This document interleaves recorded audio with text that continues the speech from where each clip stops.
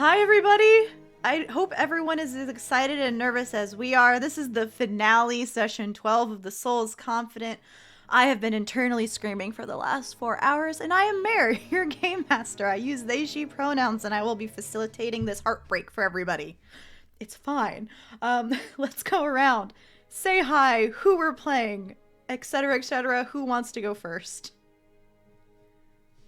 I will I'll volunteer. go first. Why not? Thank you. Feel like I've never gone first, so I'll do it now. Now or never. Hi everyone, my name's C. I use they them pronouns. We're starting off real strong with me falling all over my words. I am playing Alecto tonight, who uses they them array around pronouns. I still have to read it off the page. It's been 12 sessions. I'm going to do it anyway. Alecto is an eremitic stoic apostate who converses with everything. And with that, I will pass it over to Val.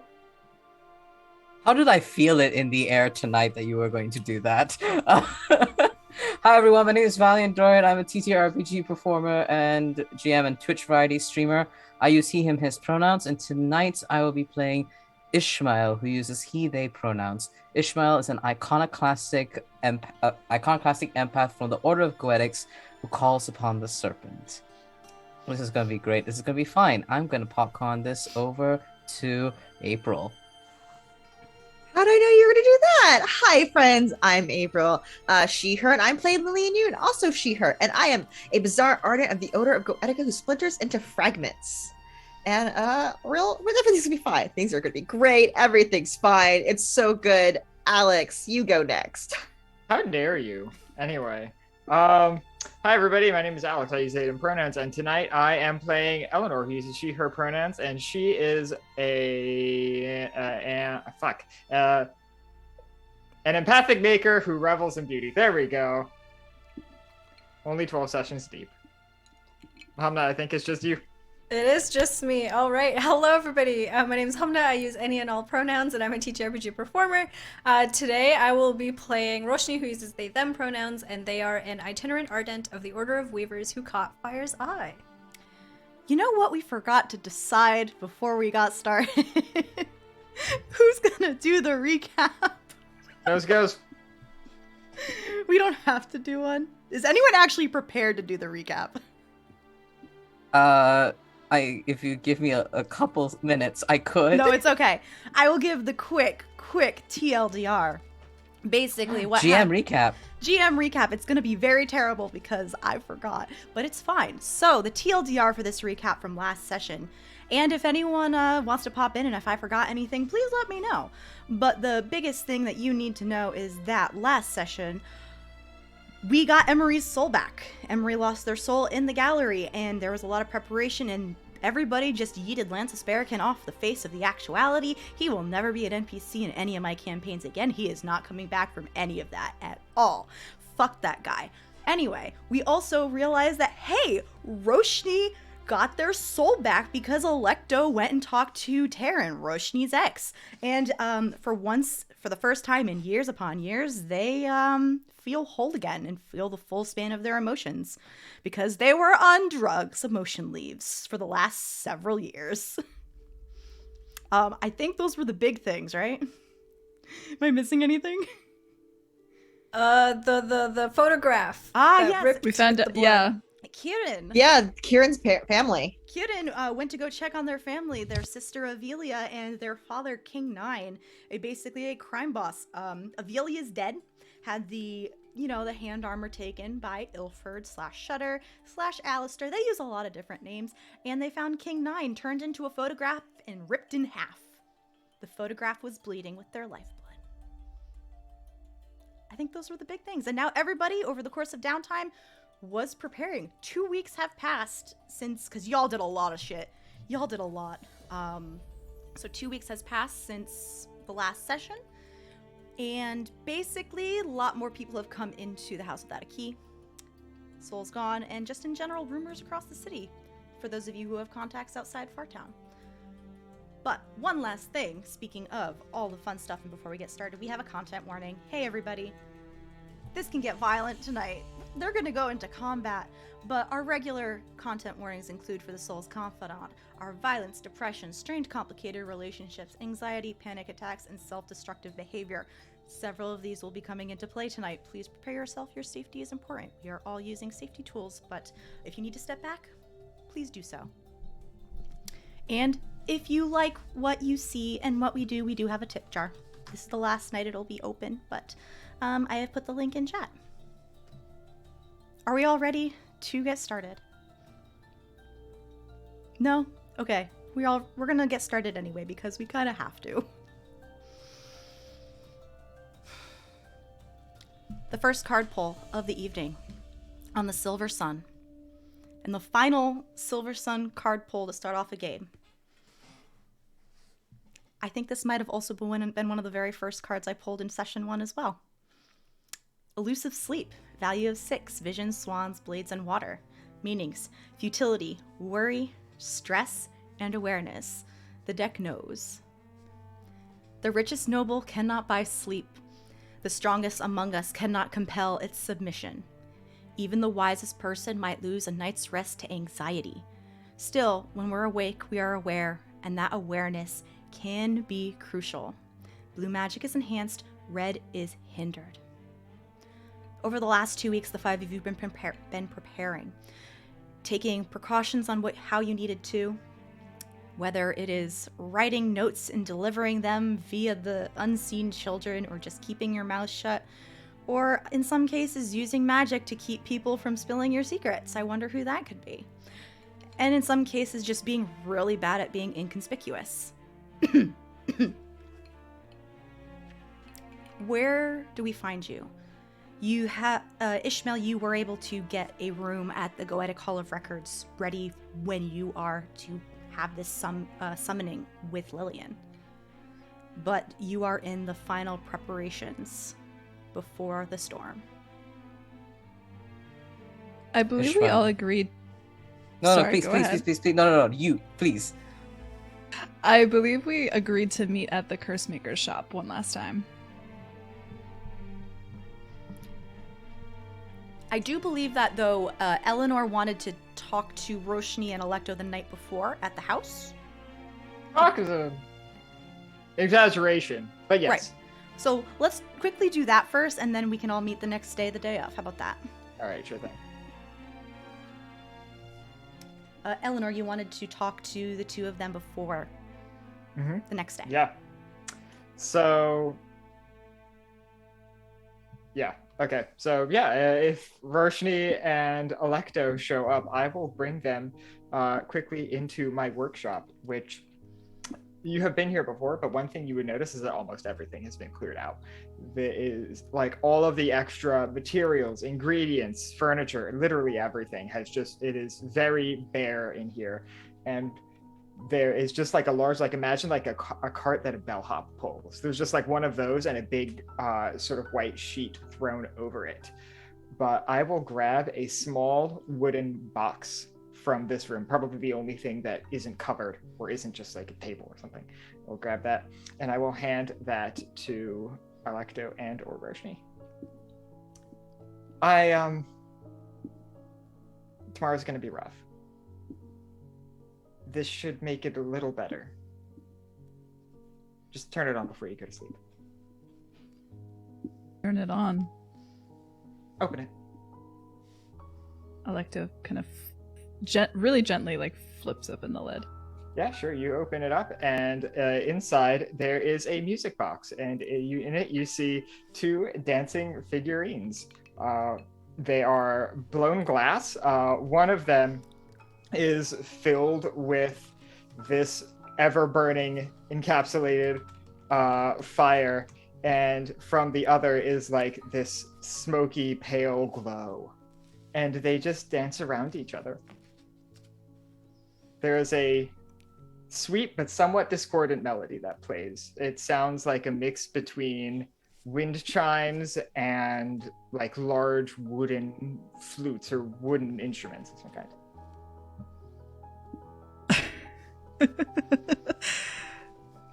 This is beautiful, Eleanor. Thank you. Eleanor, Hopefully did it you will- make this? I did. I hope it will also be useful. I didn't I know don't know. you. I didn't know you worked with glass. Been practicing a little bit. Take it from Anya's protege. Protege is a strong word. I wasn't very good, but I know quality when I see it.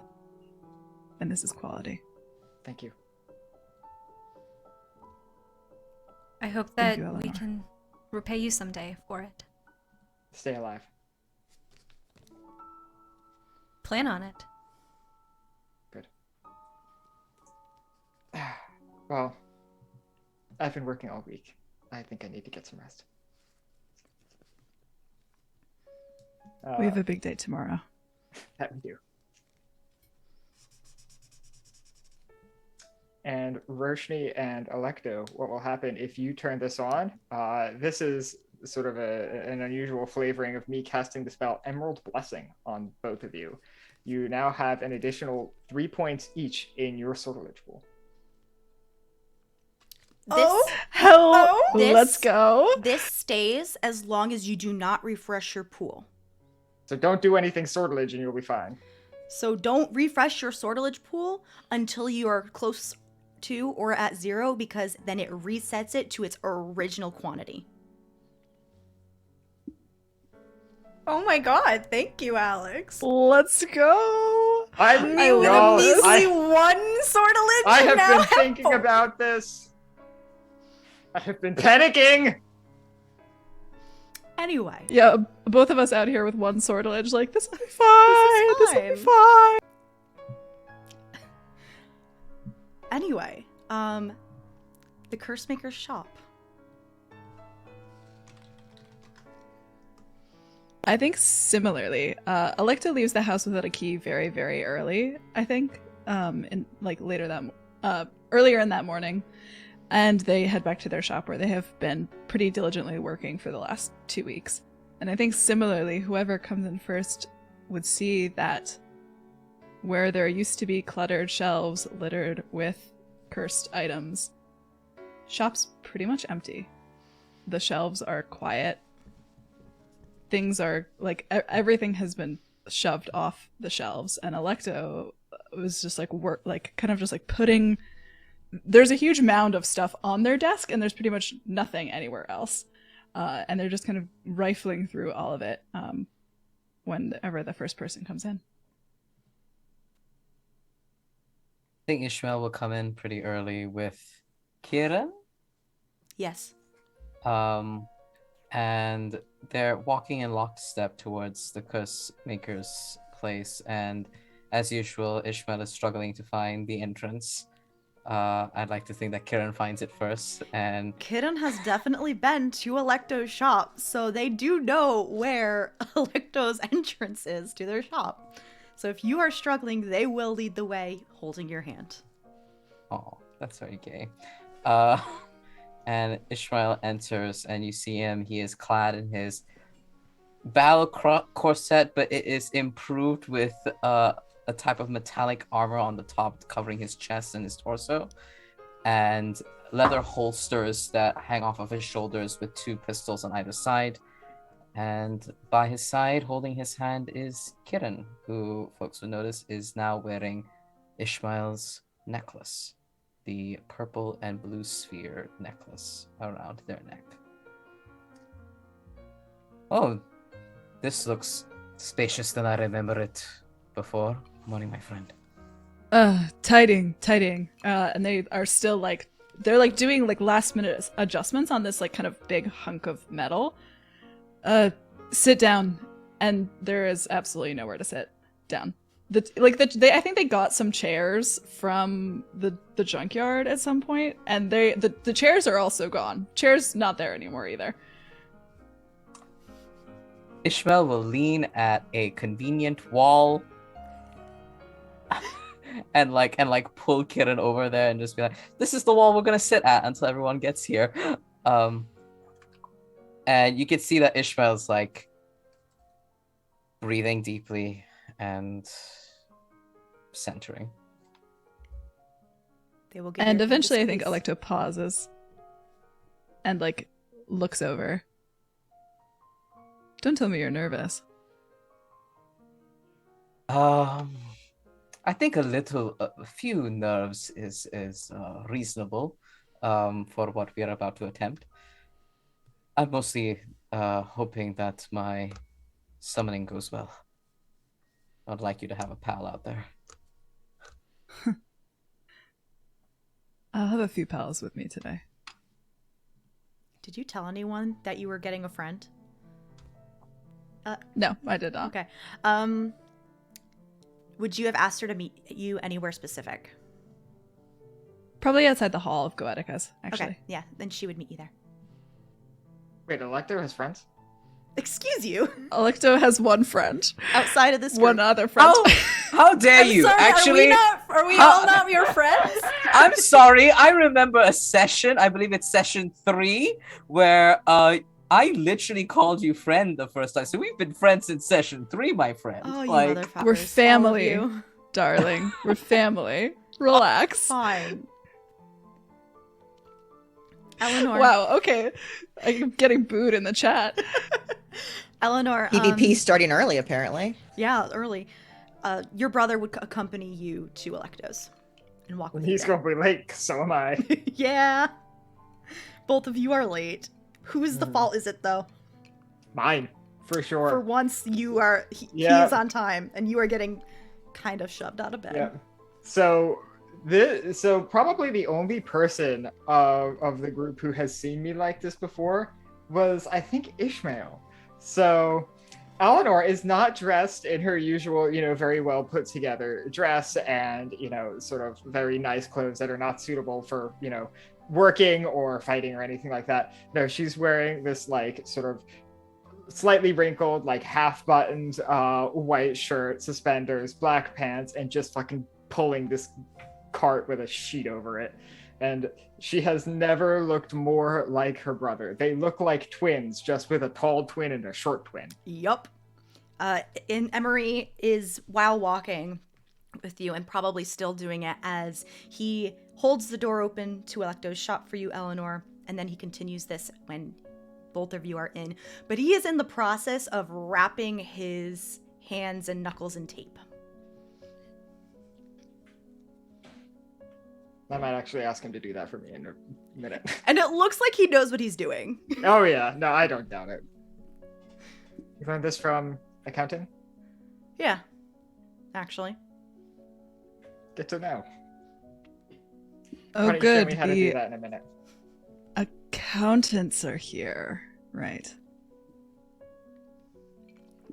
Yep. And he just kind of gives you a smirk.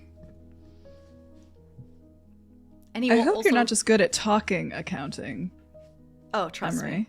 I know what I'm doing. And he will, when he's done with his hands, he'll help you with yours, Eleanor. Ishmael just looks at Kirin in the look of like, I'm missing so much context. Don't look at me, sweetheart. I have no clue. Lillian would probably be there about this time as well. If it's okay with you, I think Roshni would actually not be late for once and Okay. show up with Lillian. Okay. I like that. Hell yeah. Do we meet in the street or do we come together? I like to think we came together. Okay. Switch to us outside. Do you think I got enough scones for everyone? I don't know how many people are actually coming. I think Roshni has like 2 in their hand and like 1 in their mouth. Yes. Yeah, no, that's definitely enough for everyone. Don't worry. Okay. I hope you're right. And Lillian shows up with scones that taste like a motivational speech. Like a really good motivational Ooh. speech, like right before you go into like something Good. big. That's what it tastes like. You're like, yeah, let's hype you up. All right, let's go. And Roshni will like kick open the door to Alecto's shop. And I think all 3 of the bells, like which were maybe the last things in Alecto's shop, all just go clattering to the floor as you kick the door open. All 3 of them. Hey, Spitfire. Hey Ash, how's it going? As good as I can be. Who invited you? You did. My mistake. Listen, you two are Wow. gay as hell, so listen. Of course that they're gonna be here. I know. Do you know how many times Roshni has come into my shop unannounced? Most of the times Roshni's been in the shop? More than you Every want. Every single time, actually. Every single time. Yeah, no. Every And I time. fix your bells every time I'm here. And with that, I think Roshni will like wave their hand and, as always, cast a spell to put the bells right back up at the top. Is that why the such shoddy, shoddy work? You Are wound me. Are you calling my door shoddy? No, just the bells and Roshni's work in putting them back up. I'm not going to insult you. I'm not a fool. I've seen what you can do in the ring. That you have. Did I tell you Varel is coming? No, but she did mention Yes. it to me herself. When you say Of course. that, Roshni's face actually drops. You invited Varel, the person who... And then their hand goes to their lip. Yeah. No, that was, yeah. We're friends, I think. Your friend beat you up. So you were bruised and bloodied and I had to fix you? It was necessary. And they kind of look to Emery. Listen, if Varel didn't think that they were friends, she wouldn't have come and she wouldn't offered to help. And also, if she didn't like Alecto, Alecto would be dead. Okay, interesting friends that you keep, Alecto. Maybe we can talk about that afterwards. Listen, all of you are interesting friends, so I wouldn't even start.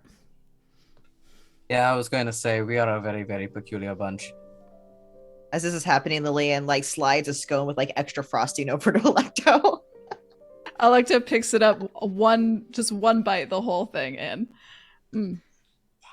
I think this is the best one yet, Lillian. This is really good. I will make a note of that. Good job. Okay, let's see. And Alecto starts going through the stuff on their desk.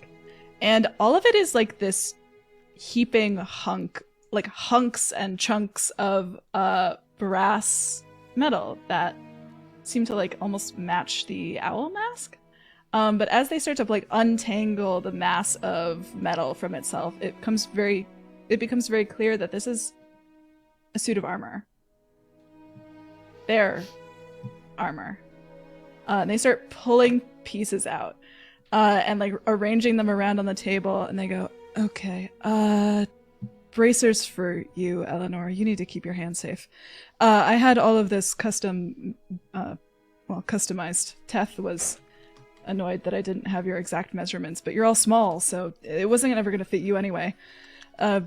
Most of the rust should be off from Shadow. It's been a long time since I used any of this, but trust me, this shit'll keep you safe. And each of you get a piece of armor. I have ideas about what Alecto. It's like one piece of armor, so like somebody gets. I think Ishmael maybe like gets like a single pauldron, you know, you like to go over like very sexy, right? Like I think Eleanor gets like a pair, like the pair of bracers, you know. I think maybe Roshni gets like part of the like upper chest plate. And Lillian can have like the chainmail underneath too, if you'd like. Lillian loves And it. all of it is like it's kind of heavy, but it's all like the same kind of brass and gold as their owl mask is made of, and all of the edges are all kind of like knit with these beautiful runes that it looks like Alecto maybe carved themselves, and like in between the runes are little owls all the way up and down.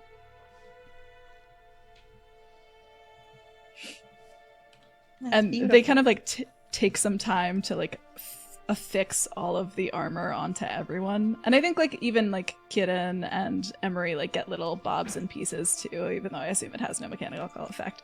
But they all get a little bit too, and eventually Alecto like steps back and looks. Not as good as a suit for each of you, but as long as you don't run away and scatter at the first sign of danger like we talked about. Yes, Alecto, we will not run away and scatter like we did in the Hollows. Okay. You all look good. Thanks to you. Yeah. This would be a huge help. Speaking of huge helps, Alecto, give me your sword. My sword. Why? Well, we're about to fight a demon, and as good as you are with a sword, I think you might need a little bit of help. They're gonna do some dope magic shit. I have to tease them about it a little bit first. What makes you think I need your help? You can't do well, okay, you can't do the same kind of magic that I can, and yours isn't going to help you here. You know that. Alecto makes kind of a show of like rolling their eyes, and they do like take out the sword, which kind of like sings right out of its blade. It looks like it has been recently polished, and there are also some like runes running down the middle of it as well. And they hand it to Roshni. Roshni will take the sword, and is your desk still out, or has that been like... Okay. The desk remains. Roshni will place the sword onto the desk and will run their hand along the hilt and like down the blade, sort of like tracing the runes that are on it. And they are going to use... Oh my god, I forgot already. I think the aggregates of damage from fire, life from sea, and health from heart in order to cast a spell on it. And as their hand is moving along this blade, you can see that the runes start to light up in like different like reds and oranges, and even like a little bit of blue is kind of like woven into it, and little fires start to come out of the runes on the blade. This is for you, to help you with Ilford. Mechanically speaking, what this does is your sword now has a +1 die to any action that you take with it, or any significant action that you take with it. And you have one-time use of when you do damage with the sword, you can heal a wound. Buff thy tanks. I love y'all so much. Buff the tanks. Buff thy Alecto, tank. did you add the +2 levels that I mentioned about Eleanor improving the sword? No, I didn't. Yeah, but I 'cause will. I said over downtime I would have had your sword and I would have improved it with 2 mage coins, which I took back from Ishmael. I love am being right. buff to hell and back. I'm literally buff to hell and back, y'all. This is a lot. To add a little detail as well, the flames on your sword are like growing and shrinking, and you'll notice that it kind of seems very like steady and very rhythmic, and it is not to your heartbeat but to theirs, to Roshni's. That's so gay. I think Alecto takes the sword back, and they run their like hand down along it, like along the fire.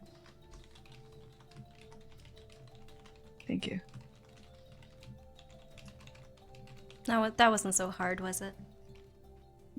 It pained me deeply, but I think I'll get over it pretty fast. After imbuing Alecto's sword with magic, Emery kind of gives you like a hard elbow in the side, since we're doing show and tell. To you, Eleanor.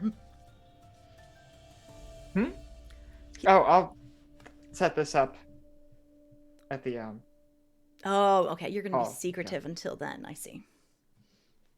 I don't know who or what is watching. All right. That's Do you fair. want me to push the cart, Eleanor? It looks kind of Could you? heavy. It's very heavy. Yeah. Yeah, no, it's fine. I'll take this. I'll say though that Eleanor has been working her ass off. As you can see by, then he motions to his sister, the not put togetherness. I wasn't about to join a fight in a dress. I think you look good, Eleanor. You look kind of like yourself. I look You know what I kind mean? of like my brother. You two are a handsome duo. She got all the good genes. We and look put- the same. Yeah. Whatever. But I do You're see just- the better genes in Eleanor. Abnormally tall. Yeah. And you're abnormally short. It's fine. He'll ruffle your But hair. Eleanor's not wearing jeans. Oh my dear. It's have we not gone over that before? We really don't have time for a science lesson right now. I think, darlings, I think we should focus on the task at hand. You're right. I agree. To the Hall of Records. Is everyone ready? As I'll ever be. Finally, Kieran pipes in. They've been quiet a lot. Not really, but what are we gonna do? Kiran, Yes, my love. you can leave this to us. You don't have to be in the Hall of Records. I'm going to make sure you do not get killed, in case your friend Alecto is too busy fighting a demon. As strong as they are, they cannot be in multiple places at once.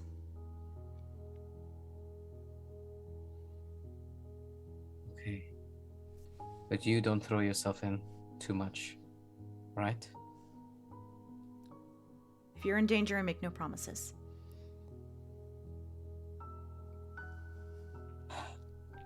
And he'll Actually, he'll whisper, nope, whisper. "You're my insurance policy. Just be safe." I will make sure it cannot touch me. He'll brush a finger at the back of his hand against Kiran's face.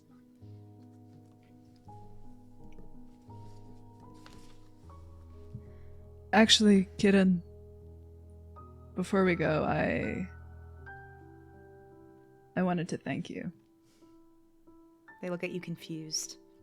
For what? For stealing from my shop. Give you a confused Because look. if you hadn't, I wouldn't have found my family. Coincidence is a funny thing, isn't it? It is.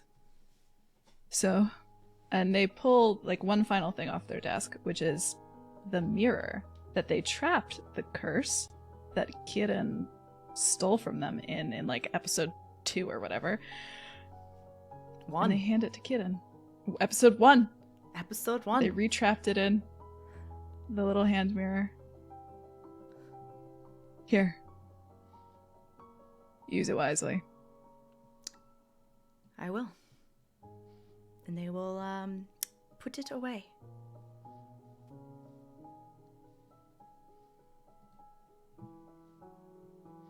Shall we? Go fuck up a demon's day? To the Hall of Records and the mess we will make in it, undoubtedly. And Ishmael will, like, move his shoulder past and lead folks to the Hall of Records. I've pulled a second card, but it is an adept card, meaning I need to pull another one. And I have pulled a card very applicable to the situation. No. On the I blue don't like the sun, sound of that. it is as if all 5 of you and the rest of the NPCs are on a quest with questing night. Value of 5. Vision, swans, blades, and water. Justice, journey, determination, and achieving goals. The apprentice of the Visions family, the questing knight is a stalwart and focused individual seeking justice, but over the long term. The quest is long and hard. Success, however, comes to the persistent and the determined. This is an apprentice card, meaning a -1 to empaths. What bullshit! I was so happy that was. Fuck right off! I don't know why. For once, empaths, you have always gotten the bonuses from cards. For once. I don't know Justice. why such a positive like card has a negative to this. I don't This know. is bullshit. I want to speak to the manager. No. I'm the manager and the answer is no. God damn it.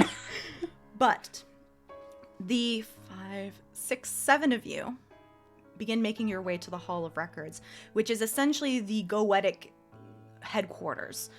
I can't recall if y'all have been here in this campaign. I know Ishmael and Lillian have because they have their advancement ceremony, but there's like a huge clock tower. There are carvings and statues of a bunch of entities, like literally everywhere. In the reliefs, in the like the little, carvings at the top of the walls, literally everywhere you look. And as you begin to make your way towards this campus, Emery and Alecto, you do notice a familiar figure that is standing like right outside of the grounds. This person is tall, taller than Alecto at about 7 feet, but where Alecto is wide and strong, she is willow thin, made of what seems to be cracked bark-like skin, the shade of coal or charcoal. And you can see veins in like a cyan and like fuchsia pink underneath that, wherever you can see cracks. She has like a mass of dark, what look like branches going all the way down to her hips, almost like hair. But if you look a little closer, it's actually fused from her head to her back and everywhere. And as you get closer, you can all feel an overwhelming sorrow emanating from her. And as the group approaches, Alecto, you pushing this cart, she lifts a hand weakly and waves to your group. There's Varel. Emery And actually Alecto kind of runs ahead to say hi. Alecto also kind of pushes ahead of the group for a moment. Does Alecto keep the cart? Yeah, they push Good. ahead with the cart. 'Cause Good. Yep. Varel, thank you for being here. Sorry we're a little late. The cart is heavier than I thought it was going to be. She smiles down at you. It was no problem at all, Alecto. Are you sure? I really only asked for weapons. You don't have to put yourself on the line here. What kind of knight would I be if I didn't help in a noble cause? Well, meet my noble cause. And Alecto turns and kind of like gestures toward the group. I think Roshni kind of like pops out from behind Alecto. Like they've been behind them this whole time, and they pop out. You're so small. I hate when you do that. Hello. You're the friend who beat up Alecto, correct? Yes, you can say that. Well, I would say nice to meet you, but honestly, I'm not really quite sure. But I'm Roshni, and they put out a hand. Don't mind them. They're small and overprotective. It's good to see someone care about your big friend a lot. And they will shake your hand. And Varel can kind of feel like this really like intense, but I think like comforting heat in her own hand as well. And Roshni is very careful not to accidentally light Varel on fire, given that Varel is literally made of branches, so. Yeah. She doesn't seem to notice any type of discomfort shaking your hand. Also, we get someone gets a random minor flux later because we hit the 160 goal. Oh, that's cumulative? Thank you. So someone's gonna get a random flux later. I didn't know that was cumulative. I thought it was... Ah, fuck. I thought we were getting another hidden knowledge. Nope, it is going to be flux. Damn it. I wonder who Anonymous was. I do as well. Which one of you villains? I don't know. Thank you, villain. Listen, if you didn't literally spend all your hidden knowledge after spilling your guts to Roshni, Can we transfer hidden knowledge? Because I have so much that I just have you can not give used. some hidden knowledge to Tell Eleanor me if you your would like. secrets. Wait, I you don't can need- give out hidden knowledge because I have some you can have. No, genuinely, I don't want any. I'm good. Okay. I'm just heckling here. Are you sure? Because it seemed like you really wanted some. No, You're being I'm a good. brat. Oh, yes. 100%. But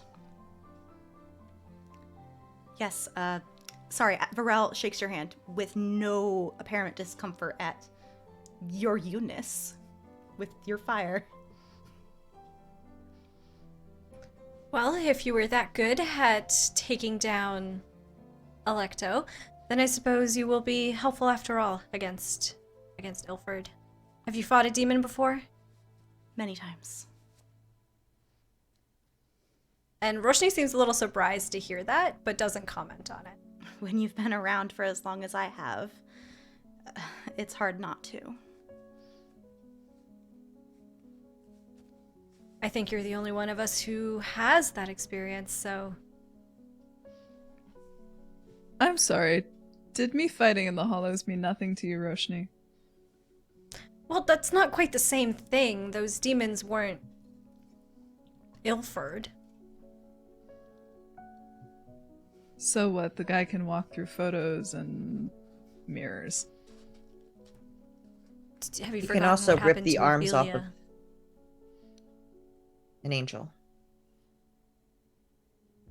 To be fair, anyone Right, I strong don't enough think I'm as can lu- do that. Angels are flesh and blood too, so it's just a matter of strength, really.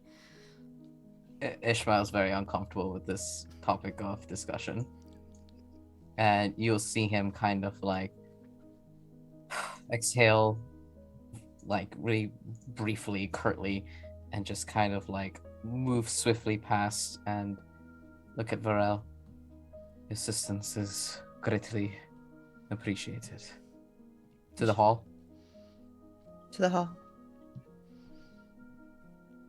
I will walk I up don't think beside. Okay. I don't think my jokes are landing.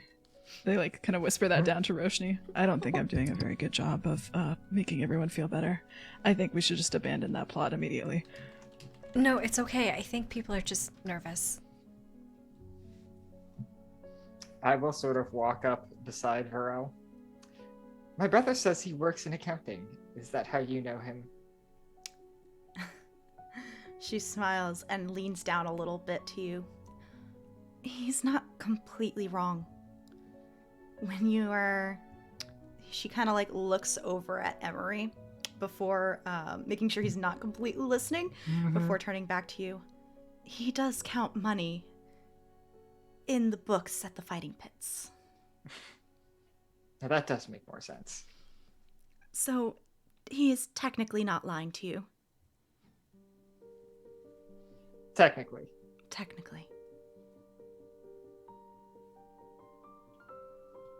Well, he seems to be happy doing it, and from what I've heard, your fight clubs are mostly voluntary, so...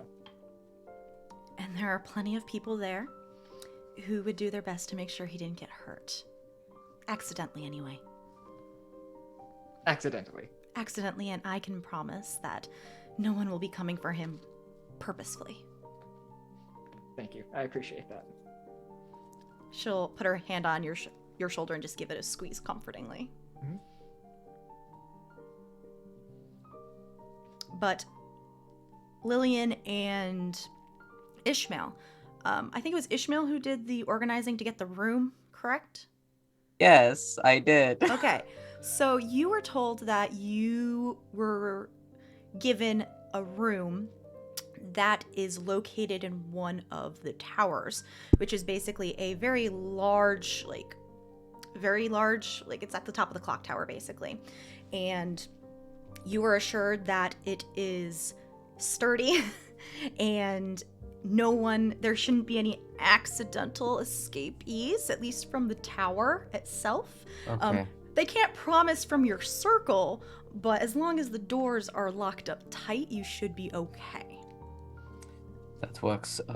Ishmael will, as he's like leading everyone in and like speak about the infrastructure of the tower, and he goes, so as long as we're able to contain it, keep the doors locked, we should be able to just control the space in which Ilford is in. That is my hope, because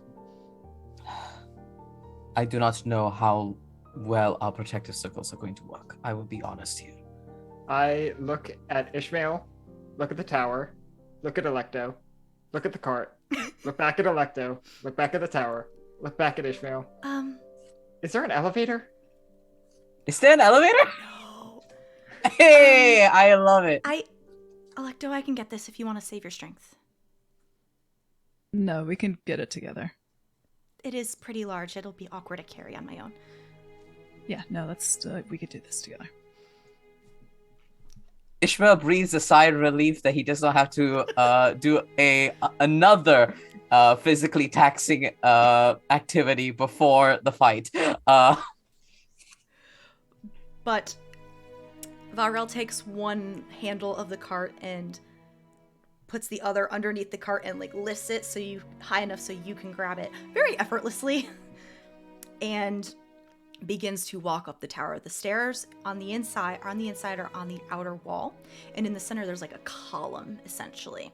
And when you hit the top of the stairs, there is like a walkway to lead to the center. But there is a gap between the outer walls and this center area where there is already a carved circle.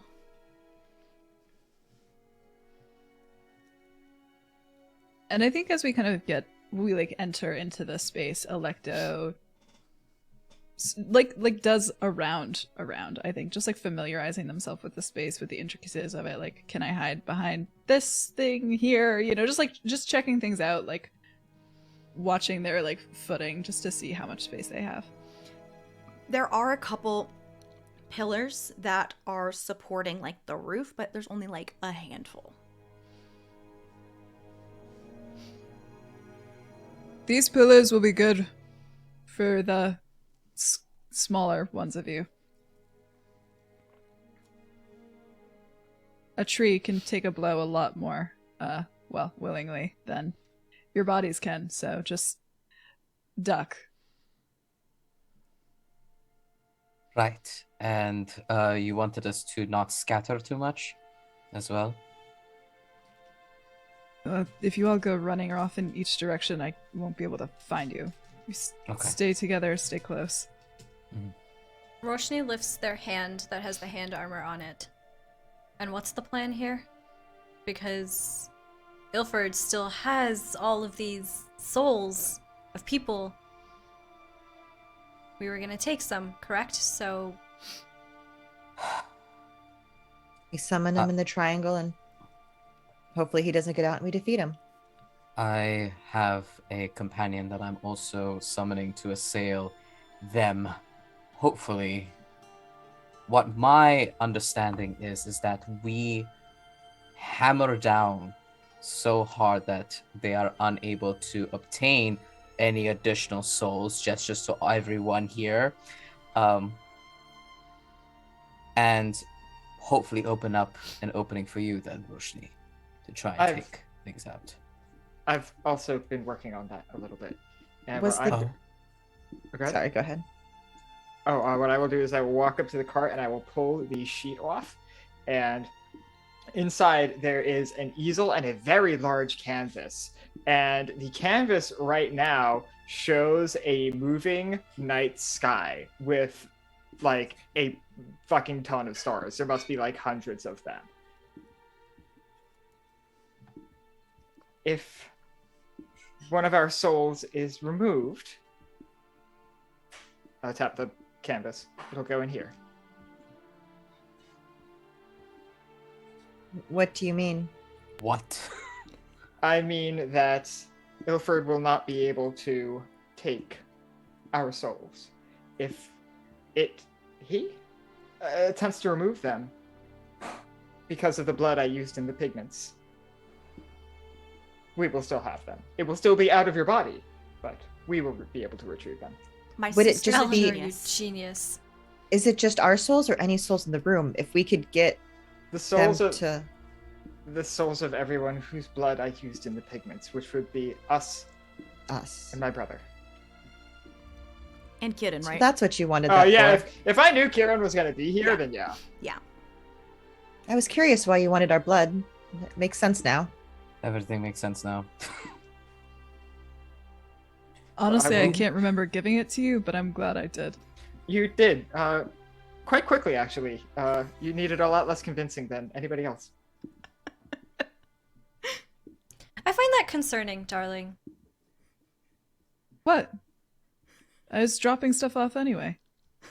And some of that stuff should not so easily include your blood. Why You are you all know- laughing at me? Alecto, have I told you how much I adored you? What's a little blood between Completely family? tracks. What? No, Lillian's right. What's a little... Eleanor, you're a genius. You are. You are frightening. You are frightening. Yes, remind me never to get on your bad side. We're Remind me good, never right? to give you blood again. This is to protect you. No, I'll give you blood at any point that you need now at this, but just Yeah, same. as long as exactly. we're on your side. Yeah. Eleanor's the BBEG, sorry. Well, Rip. Oh, you gave me your blood? fucked Look at this up. painting. Everyone in the painting, we're all dead. Alex, I hope you have your BBEG stat sheet ready. Oh yeah, I'm always prepared to cause problems. But like I, as Eleanor, will just. Well, hopefully, this will be the last time we need to do this. I agree. I've had enough of taking souls and putting souls in bodies for one lifetime, personally. Yeah. So let me get this set up. I'll sort of grab the easel, and I'll sort of position it basically like behind one of the columns, so it is not immediately visible to anything that is in the circle, but it is still in the room. Sure. I guess I'll start working on the triangle. Mm-hmm. And I will prepare summoning of our combat companion. Where exactly is the summoning circle going to be? Because Roshni is going to hide essentially like behind where Ilford is going to be summoned so that he can't see them. Mhm. Direct center. So if it's in the direct center, Lillian will start, so she'll be facing the door, so his back will be to the door. If he summons up to speak to Lillian, that way the door is on the other side. Not I'm assuming like the little pathway leading to the stairs that would go down. yeah, leading out. Yeah, Whatever yeah. way is out, Lillian would do it so that she was facing the exit. So when Mhm. Ilford shows up, his back will be to the exit. Sure. Some strategy to summoning demon. Fair. In that I case, I think- think No, go ahead. I was just gonna say, in that case, I think since this is like the Goetic Hall of Records, like I imagine there's some like bookshelves and things around. So Roshni, Not in here. This is a summoning room. what does this room look like in terms of like furnishings? So in terms of furnishings, unless you brought it yourself, you are on the top of a cylindrical column all the way at the top. There are 4 pillars that are support pillars basically for the ceiling, and it's a lot of stone and like carvings in the floor for like, you know, summoning circles and such like that. And then the walkway that leads to the stairs that are on the outside that lead down to the door entrance. Oh, so it's like empty. Okay. In that case, Roshni will just hide behind a pillar. That's the best Okay. they got. Okay. Is there a pillar near the stairs? There's one close, but it's not like immediately near. Yeah. Okay, then I'll make sure to position myself between the pillar and the stairs, so Roshni's not at a weird side angle, but behind. Sure. I think Alecto, like, spend some time talking to Varel just about, like, strategy, you know? Sure. Just, like, going into it, like, get the thing off his hand as fast as you can, you know? Like, attack. I think they had probably gone over some things together already, you know? I understand. Disarm them as soon as possible, literally if necessary. Yeah. This, as far as I understand, this is not the time to play mercy games. Emery did update me a little bit on at least what the jewelry does, so I'm sorry to drag you into such intensity, and they kind of look at the painting without a safety net. would you believe me if I told you this would not be the most intense situation I've been in? I would believe you. I have fought in my share of wars.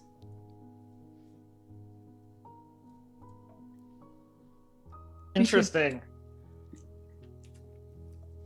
Plural. Interesting. Plural.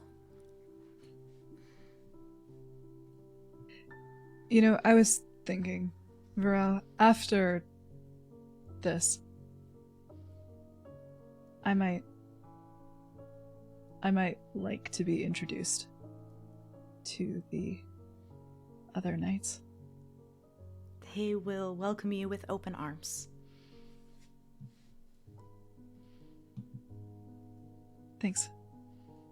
I need to go talk to my sword now. Of course. And Alecto kind of finds a quiet spot, maybe like behind where Roshni is preparing, and they lay out their sword, and I am gonna use a secret. My weapon whisper secret. Hell yeah. Which means that Alecto begins to softly whisper reassurances to their blade. Almost like they're singing an old song in a language that I think they don't even remember. Just like really quietly and low under their breath. And I am going to increase my weapon's level by 1. Perfect. While you are all doing this, Emery is smoking a final cigarette. And Kitten is pacing. Wisps of little, like, dark blue smoke licking at their heels as they're pacing. Since the encumbrance triangle is just an action, Lillian will turn to Ishmael. So should we try to summon some help before we start? That is what I'm hoping for and hoping to get down to. He'll look at you, Lillian, and he goes, "Should I start?" Let me go first. Let me try. I think I have an idea. And Lillian will try to do a summons that we already know what happens. You and I know what happens. Not everyone else, though. So Lillian will get very serious and open a summoning and is trying to summon a sail demon. And what happens in your summoning circle as you attempt to summon this demon that will help attack Ilford and fight side by side with you in combat is what happens is there is a mirror that appears hanging in the middle of nowhere. And inside this mirror, you see a jackal-faced figure that smirks at you. Flips you off, and the mirror shatters. No, you fuck! Lillian said fuck! And she's going to fall on the ground and start grabbing the pieces and start trying to put them together. No. Lillian, no. They're supposed to help. As a goetic, do I know what just happened? The summoning failed. Did they escape, basically, essentially? No, they just fucked off to where they went. Back to where they came from. Ishmael literally like slides onto the protective circle and it's just like, it's fine. It is fine. It's okay. I'm sorry. No, don't be sorry. This just a warm-up. You're right. This This will be is fine. just a warm-up. And Lillian will look at everyone like obviously upset. We have enough people. We have friends. We have support. This will be fine. And I can't try to control 2 demons at once. That's ridiculous. Yes. This is okay. This is a blessing in disguise. This will be okay. Yes. And Lillian will stand up and like, okay, you're right. Ishmael. He'll stand up, and if you allow, he'll put out his hands for you to hold. She will take your hands. You are far more skilled and capable than you know. I've seen the things you are able to do, the skills that you have. You are so important and imperative to us all. You will succeed. And by God, will you look amazing as you do it. And you see a tear, an actual tear, come out of Lillian. And as it hits the ground, actually shatters into glass. But for the first time, it's a real tear that comes out of her. And she squeezed your hand. We will look fantastic doing this. Absolutely. He'll like squeeze your hand and Mhm. give you a hug, and then as he lets you go to step out of the circle, and he sweeps the glass that's shattered away, mutter under his breath what an asshole this thing was. What a mess. You actually, all of you, because you're Vizsla, are familiar with the Sooth deck, because it is an actual thing in the system as well, in the setting.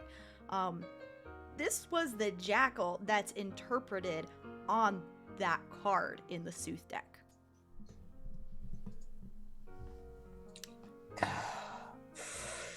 Ishmael will Did inhale. Lillian- Sorry? Alecto leans over to Roshni. Did Lillian just summon a god?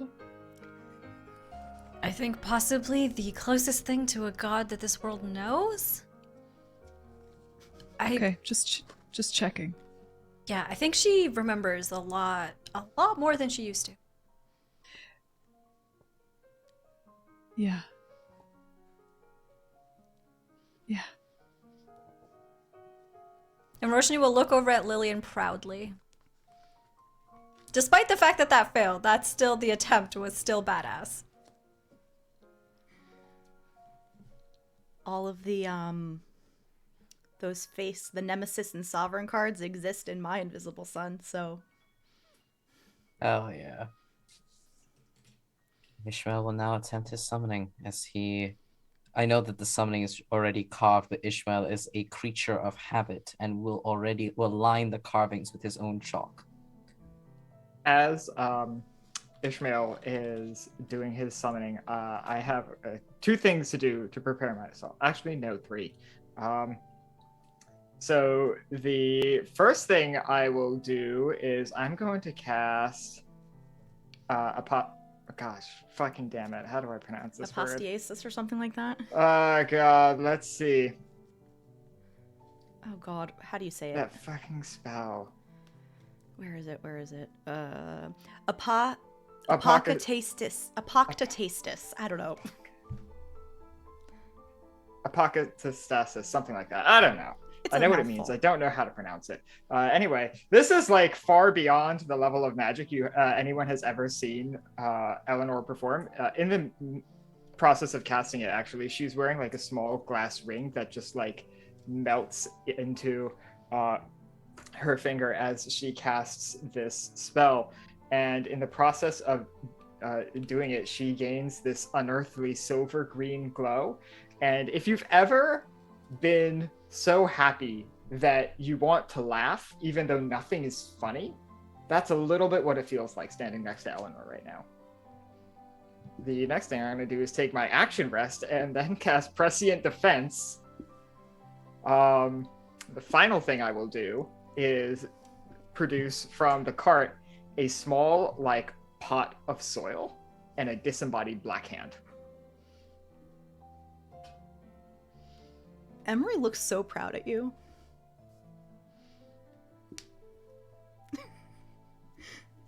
And I'm standing like right out in the middle, like directly behind Ishmael, maybe 15 feet back.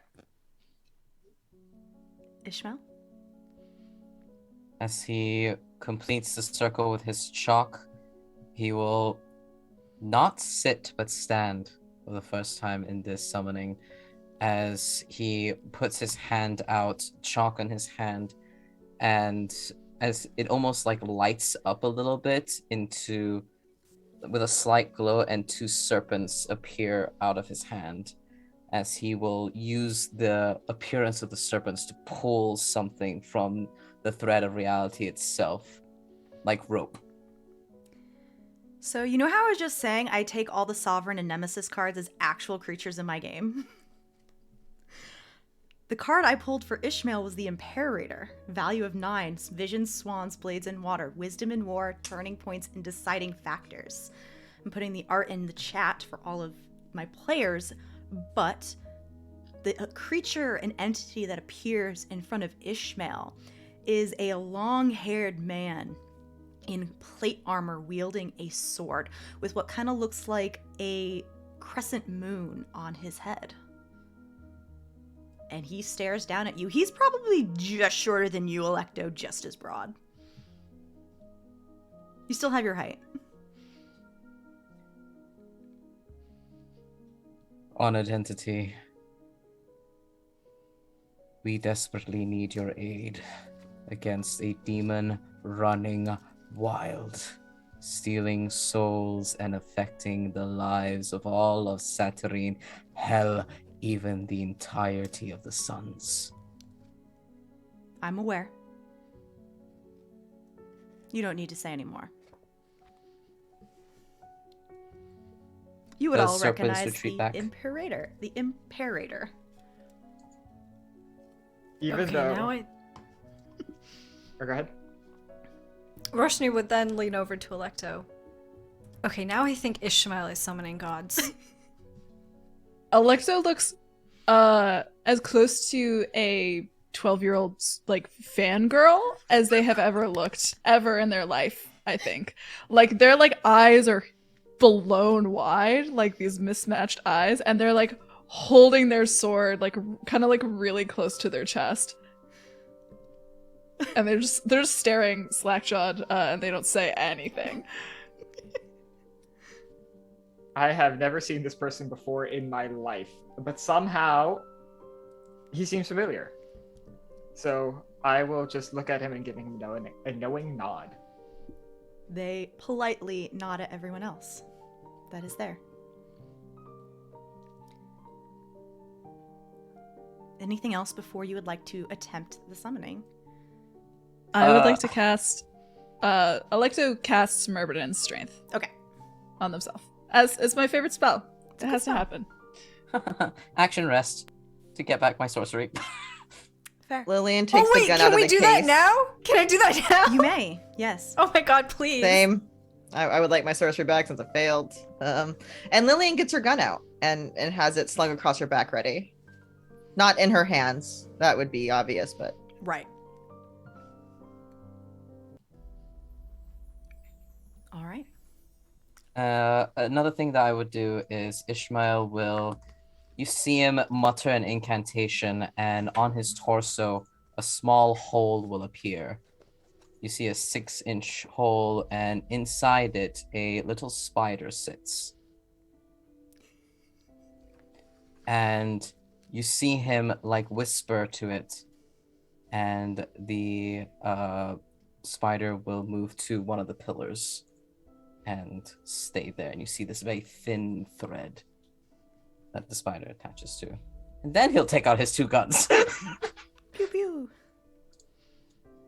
I think also, just for added measure, Roshni is going to cast Hide in the Room of Noise, and all you see is, I think Alecto, you would, since you're closest, you would probably see it best. But you just essentially see, you see Roshni, you see them kind of like close their eyes and like center themselves for a moment, and then you see sort of the space around them start to ripple, as if there was like, if you've ever seen pavement on a really hot day and you can like literally see your vision kind of warping, it's like that, and then all of a sudden they're gone.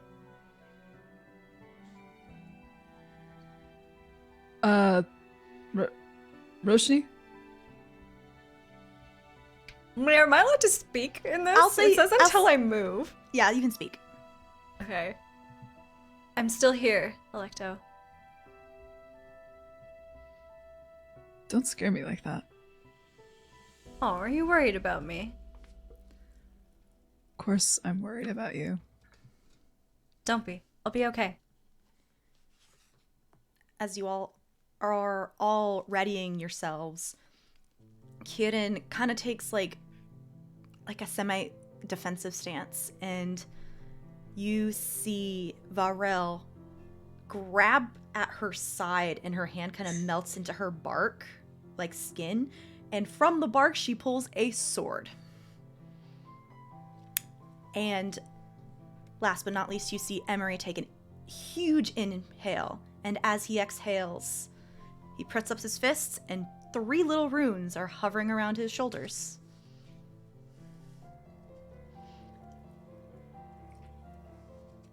And for Valrel, And I you think- see where her sword used to be, you see like this rippling pink and blue, like from underneath the skin. She literally pulled bark off of her to make a sword. Badass. And I think Alecto is like heading over to stand kind of with that trio of melee fighters, and also the god that Ishmael just summoned. Yep. And they pause in front of Lillian. Our fearless leader.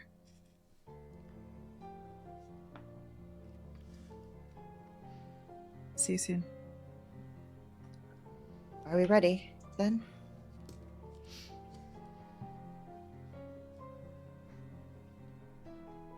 Okay. And Lillian will get to the spot where I said earlier where the fighters are not exactly in the full view. And she's going to start summoning. And as she does, you don't hear her say anything at first. She's kind of humming and rocking back and forth. And you look down at the circle, and the circle almost looks like glass.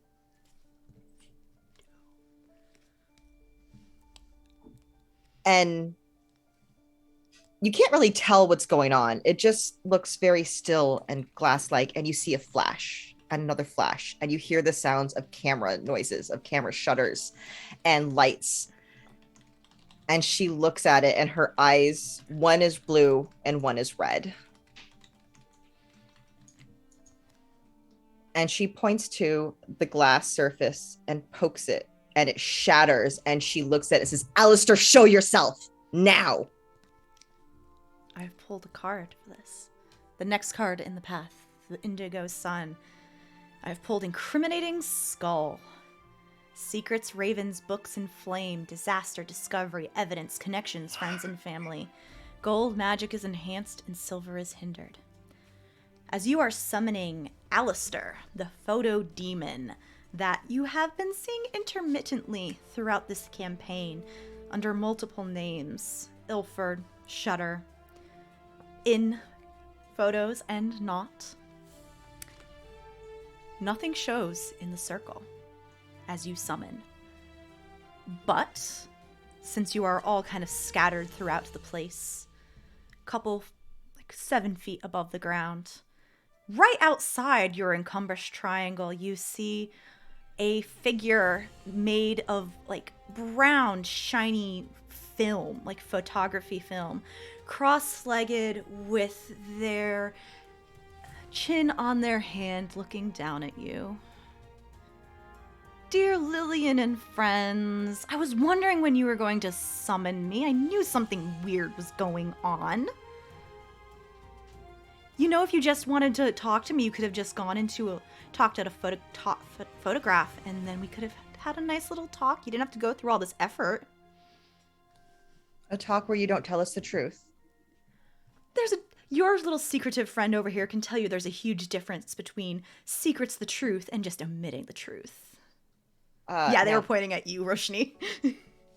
Oh, wait, no. Maybe not pointing at you, but they would have, like, mentioned you. Yes, okay. Question for you, out of character. Sure. Does this feel like it failed because the name was wrong and they didn't get trapped in the triangle, or they were too powerful to get trapped? Too powerful. Fuck. Okay, but I do feel like the name is right. The name is correct.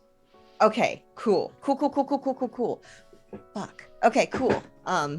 He is like standing tauntingly outside of the circle.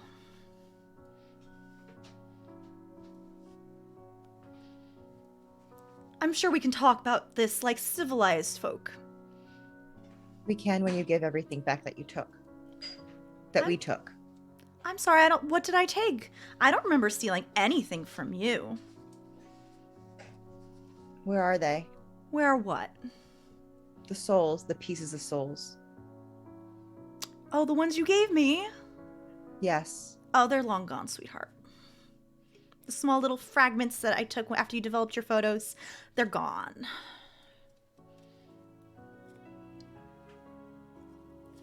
They weren't using them. They have plenty left over.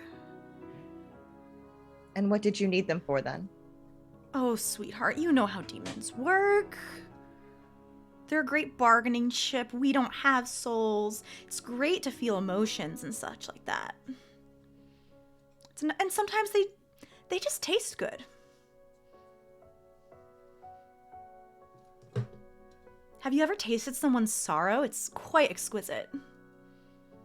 And he points to Varel. Her sorrow tastes delicious. You will not touch another one of my friends. You gonna stop me? Yes. You will not touch another one of my friends. They inhale and sigh deeply. Unfortunate, I was hoping we can go out of this without me having to hurt you. And they raise their hand and snap. Very quickly, from their flesh.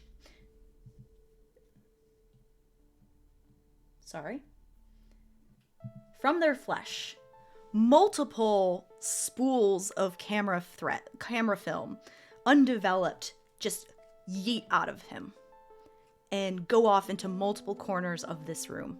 I say corners lightly because this is a circular room. Multiple locations around this room before forming into humanoid shapes made of camera film. You see 10 knobbly creatures rise to their feet. And this is where we're gonna roll initiative.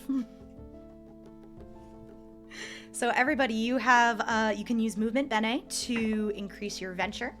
And this is also where the minor flux is gonna come in. So I rolled for who this is going to affect. I rolled a 5, and that is April. So a minor flux affects you. And as Ilford snaps their fingers, you hear a terrible ringing in your ears, vibrating, almost like tinnitus. And you will have a vex to any perception tasks related to hearing. Cool. Time for me to bring up my stat blocks. Okay, how are we doing this? So I rolled a 1. Hey, say. Damn it, C. Why Sorry, did I roll I'm so- high? I I'm hate so sorry this. I got upset at you for that. You can't control that. Okay. I rolled a 3. Yo! Oh no! Okay. I'm sorry. Okay. Who else? I rolled a 6. Okay, we got Lillian, a 6. I spent 1 bene and rolled an 8. Ishmael, 8. Okay, Ishmael is an 8. Kitten is also an 8. Damn, that's gay. I did not leave enough room for Varel between your names. It's fine. And then, wow, I can't. Wow. Is it too late to spend movement, Bene? You have to do it before you roll. Okay. Sorry. No, it's cool. What it's did cool, it's cool, Emery it's cool. roll? I never gave Emery a level, so he's gonna be right after Ishmael. I'm just gonna pull a number out of my ass. Sorry, right. I'm gonna write all this down. Okay, so I think that's everybody and all the numbers that I need. Y'all rolled like crap. Mm-hmm. And the first thing that happens is you suddenly see Ilford, Shutter, Alistair in front of you, Lillian. And it reaches out to you, wearing the garnet hand armor. That sounds about right. Yeah, that sounds about right. I need you to please make me a withstand roll as he touches you. Withstand? What's that? What do I roll That's for that one? physicality, sweetheart. That's physicality? Oh, I put Yeah. so nothing. This isn't defense. I don't get to use any of my stuff for this. It is a defense roll. It is a withstand okay. defense. So I have an item. Mm-hmm. Hold on. This is the item have my- against summon beings and soul stealing. That's right. You Yes, that I have a item. +2 to defense rolls. For soul stealing, that is correct. Yes. That will apply. So, I have an 8-9. You need to roll 2 dice, by the way, because this is a magical effect. You have to use a sortilege, sweetie. 4 on that one. And I used a sortilege. Okay. Eleanor, what happens when someone's soul is taken and goes into the painting? Lillian, can you check your DMs real fast? Oh no! On Discord. I have a simple question for you. If you could message me back, just super fast, that will determine. So what happens? Yeah, I did. Is okay, excellent. Then what happens is Ilford will take this hand armor and reach into Lillian and attempt to pull out the soul, but it's a slippery, vibrating little thing, and it just sort of bounces around in its hands and just sort of like ejects out of it and flies in a sort of curving spiral arc and just implants itself straight into the painting. And if you look at the painting now, rather than just being stars, lines have actually been drawn between some of those stars, and a constellation of what appears to be a woman in mid-dance is now That's so sort of cool. traced on the painting in some of the stars. Eleanor, roll for And I need to roll depletion. You do need to roll depletion. Oh, Christ. Does anything mechanically happen to me now that I have no soul? 6. You cannot use your secret soul, and you feel empty. Your emotions are dulled. There goes my escape plan. F. But yeah, 6. you feel your emotions suddenly like disappear. Any rage you were just feeling is immediately dampened, as if you are suddenly just submerged underwater. It is not as strong. And This might be problematic then. Oh well. And then these creatures that Ilford summoned turn to everybody. 2 break off towards Alecto. 2 break off towards Varel. 1 towards Kieran. 1 towards Emery. And 1 towards Ishmael, Roshni, and Alecto. I need all of you to make a dodge. Oh, nope, not Roshni. I keep forgetting about Roshni. 2 towards Alecto, so you need to roll twice, Alecto. Are any coming for me? Yes. If I missed you, I apologize, but yes, 1 is coming for you. Okay, sure. Dodge And defense Ishmael roll. as well? Ishmael, yes. Ooh, okay. You only need to roll one for these, by the way. You don't have to roll 2 for these. Double 4s. Total? 4 Did you- twice. You didn't add anything to it for movement? Nope, not that time. I do not have a huge movement pool. And Eleanor. 8 with 1's Bene spent. 8 with 1 Bene spent, so that is a 9. Ishmael and Eleanor, you both take 5 injuries. When you get to 3 injuries, you can spend a physicality to negate the wound that is created. Yes. Alecto, you take 2 hits from these creatures, almost like paper cuts. So between 2, you feel ow. So you can. That would technically be a total of 3 injuries. But you can, when you get 3 injuries and a wound, 3 wounds and an injury, but you can negate those injuries with physicality. Okay, I have quite a bit of physicality to spend, so yeah, I'll do that, yeah. Okay. Perfect. And then Varel, sandwiched between 2 of these things, is a spinning mass of sword, beginning to cut through these things, beginning to slash them through ribbons. Kitten, seeing that you are hurt, Ishmael, gently touches you and heals. Did you negate that wound? I didn't know. You heal 1 wound. I love my partner so much. And Ishmael, that is back up to you now. All right, okay. So I've got this motherfucker hurt Lillian. This motherfucker did hurt Lillian. Fuck this guy. Ishmael was far away, so I will use she quivers, awaiting fulfillment of prophecy. because without spending an action, the spider that's on the other side of the wall pulls Ishmael closer to that pillar, closer towards where Lillian is. And as an action, I'm going to shoot Ilford. And I have a question about spending sortilege with this secret of mine, death in each hand. Mm-hmm. If I were to take 2 attacks as a single action, is that spending 2 sortilege? Let's just say no, because I don't want to think about it too hard, and I don't know. Oh, yeah, because there's 2 options, whether you do 2 attacks or you make 1 attack but inflict the damage with a better weapon. Let's say that for the entire round, quote unquote, you'll whatever you spend will count towards both. Okay, cool. So he will make know. 2. Cool, excellent. I will make 2 shots at this with my pistols and spend a sortilege so that I can actually fucking hit this thing. So I will spend sortilege and I can spend accuracy. Yes. Mm-hmm. How much accuracy? I'm gonna spend 2 accuracy on this. And what's the level of your pistols? My pistol level is let me check because I actually do have this written down. Level 4. You have a +6 to your venture. Wait, I need to pick a different color die for the magic die so I know what's going on. It's a good idea.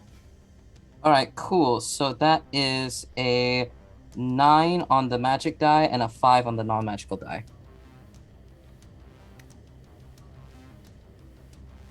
You need to roll for both attacks, though.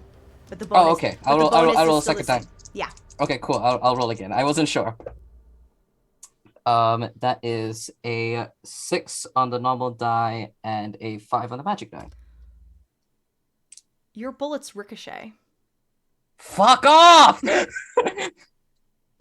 Your bullets ricochet. And he gives you a smirk. Emery, on the other hand, begins to do fisticuffs with a creature. And as he is punching, these little wisps of smoke near his shoulders disappear and kind of coat his hands as he punches through one of them. Bringing us up to Lillian. Just not even say anything, like a swift movement. She picks up her gun and just fires it right into Ilford. Oh yeah, you're point blank. Point blank with a level 4 rifle. Are you spending any accuracy? I have 1 accuracy. I'm gonna save that for later. I'm point blank, so hopefully that'll help me. So level 4. You gotta roll really high. You have to spend a sortilege to even succeed. I have to spend a sortilege to even succeed. Yes. Haven't I already spent a sortilege this fight? Fuck. I'm out of sortilege, y'all. So I get 1 shot in this fight, and I'm out of sortilege. You can also cast magic and stuff. Magic will automatically roll with 2 die. It's the multiple die part that counts. My magic is gonna be useless in this situation. I could just make him see faces of himself on everyone. That's not really gonna. You don't know. You know what? Actually, I'm doing that. You're right. Do I still have to spend a sortilege on that? No, I think it's still a +1 die, but isn't that a level 1 spell? It's a level 1. It won't succeed. It won't succeed. Mm-mm. You can't Fuck roll. it. Sortilege, just shoot him. Okay, cool. We're gonna do it. If it's my only shot, it's my only shot. I get this roll 2 dice. Mm-hmm.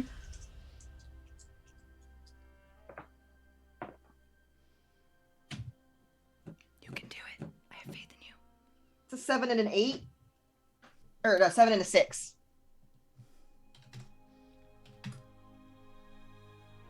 Your shot ricochets. Man, we're dying! You'll be fine. Alecto's a fucking tank, okay? And Man! Alecto! Lillian just as the shot misses screams so loud you hear glass breaking. Ow. Roshni. how far away is Ilford from Roshni? Within near. Everybody is within near range on this pedestal, on this top of the column. Okay, and am I still behind Ilford? Yeah. Okay. In that case, Roshni is going to see what happened and decide it's time. We're not waiting for an opening, it is time. And so Roshni is just going to run out from behind the pillar, rippling back into existence, and is going to just try and touch Ilford's back to take souls out of Ilford's body. Oh, shit.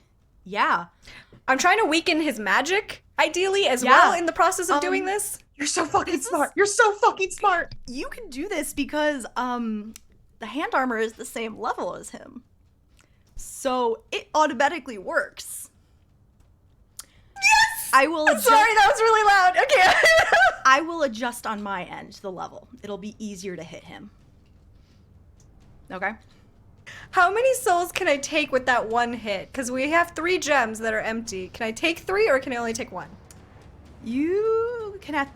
Oh, he has multiple souls. Exactly. That's why I'm asking. Yeah, let's roll a d4 and we'll see. Okay. If it's a 4, roll again. I got a 4, 2. Okay, you take 2 of the gems on your hand armor light up. Okay. That's my turn. Eleanor. Alecto rolled the same as me. Can they go first? Because Sure. I'm processing. Alecto. All right, time to take, babes. Alecto gets, I think, like, bowled over by these 2 things that, like, just smash into them. They just, I think they had hardly put their owl mask on, like, by the time that Ilford had been summoned. But it is fully carved now. Like, it was halfway done 2 weeks ago, but now it is complete. And with this mask on, I think they just kind of, like, shove, and they see Roshni running toward Ilford, which terrifies them. And they unsheath their swords so fucking fast. And they are also kind of diving for Ilford. And I feel like this shadow kind of falls over Roshni, who's like right there using the hand armor, as Alecto tries to sink their greatsword right into his back. Okay. And I have, my greatsword is currently at level 6 plus 1 die. And I would love to use 3 accuracy from that feature you gave us, eh? Mm-hmm. And that's gonna be my venture so far. And I would love to use a hidden knowledge of having fought things before. Sure. You need to roll at least 2 on both dice. Come on, baby. 5 and a 6 on the die. Yeah, how much damage did you do? Okay, so it's gonna be quite a bit because I'm also using death in each hand. So Ow. yeah. So I believe with the level of my sword gets added to the damage output, right? No. No. Okay. That's fine. It does, I believe. I think you have a heavy weapon. I didn't even think. I think that's 6. Heavy Yeah. weapons are 6. Yeah, because we did the same amount of damage. Yep. You have 6 6. plus 3. 6 plus 3, 9. You when you cut through some of its paper-like, not paper-like, but like filmy-like body, you do feel resistance. You don't. They have some kind of armor that is there. Mm-hmm. Mm-hmm. So yeah, you did a good chunk though. Mm-hmm.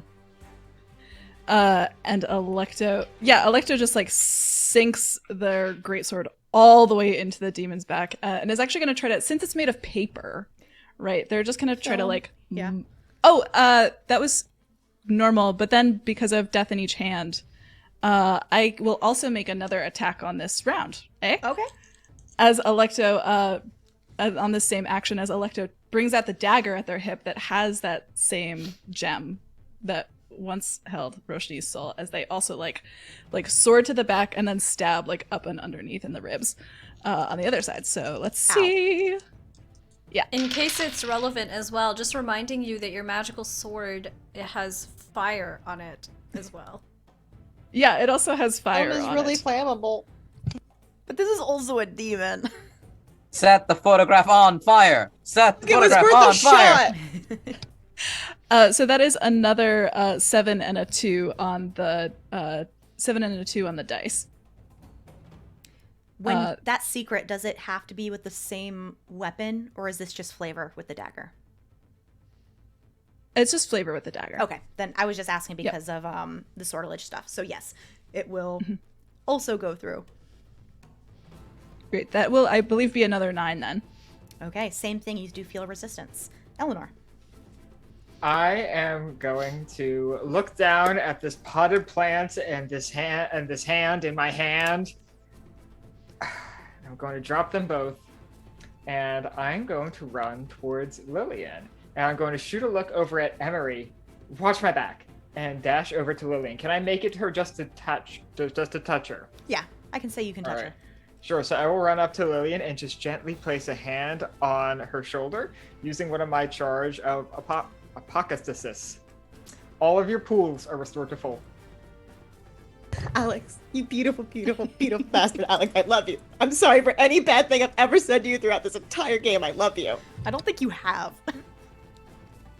But anyway, go ahead. And for everyone else's reference in the combat, I can do that 2 more times. Okay. Now that the round is over, we're going to take a quick break. We'll be back in 5 to 10 minutes, everyone. Bye!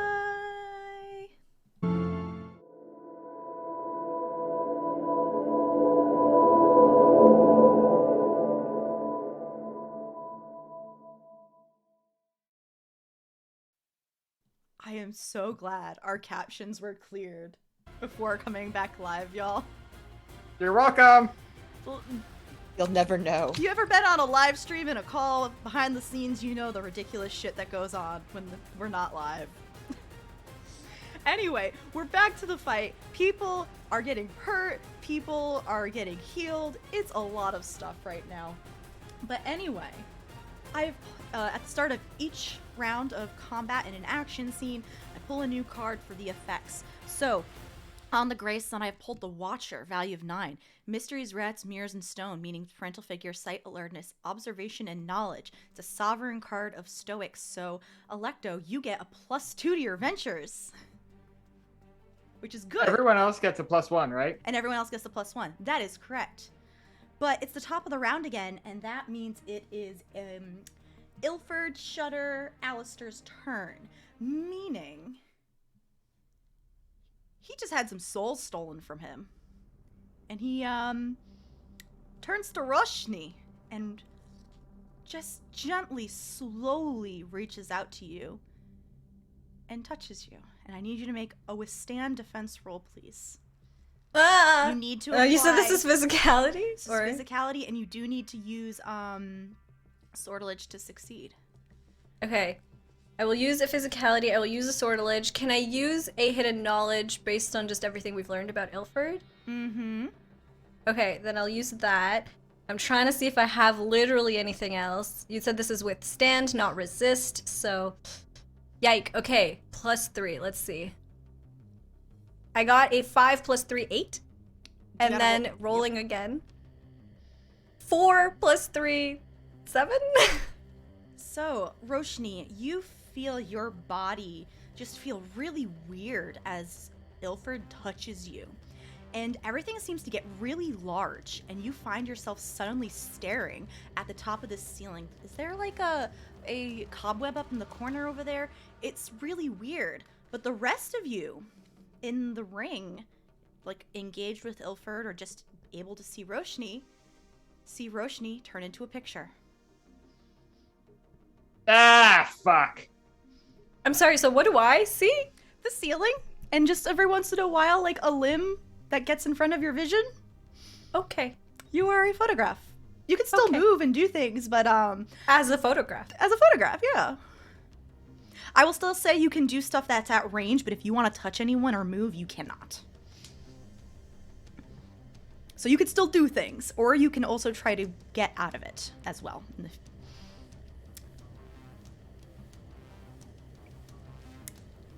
2 of the creatures attacking Varel are sliced to ribbons.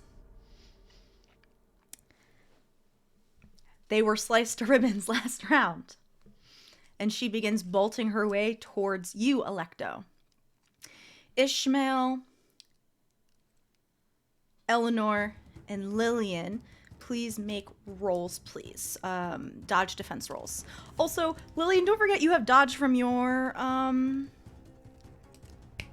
forte. Yeah, I Yes. forgot to add that last time as well. And everyone gets a +1, except for Alright. Alecto, who gets a +2. Cool. Am I allowed to spend hidden knowledge for dodge defense or no? Yes. All right, so I will. And do I need sortilege? for Alecto, this? you have to do this twice, by the way. Do I need sortilege for this or no? No. Okay. I will roll. You have been nice to me, Dice. I'll keep using you. All right. All right. Okay. That works, I guess. I spent 1 movement. That's 7 total. Plus 1 from. Sorry, I forgot hidden knowledge. 8 total. I rolled a 5. Mm-hmm. I rolled a 10 total. I rolled an 8 plus the +1 defense plus the card. Okay. I spent I rolled- Okay. I rolled a 9 and a 6 on the dice. Do I need to roll sortilege for these as well? Not for these not things that are not Okay. Ilford. Okay. 9 and 6 on the dice plus 3. Okay. And Alex? I have 1 from the card. I have 1 from my movement pool. I rolled a 3. Everyone is able to dodge out of the way except for Eleanor. You take 5 injuries. Okay. I will spend a physicality, and with my armor, I come out just fine. Perfect. Where is Emery? Is Emery being currently attacked by these creatures? Correct. Yes. Okay, He is still in gotcha. fisticuffs. He is not as strong as Varel. Boo. Okay. Yeah, he really is not.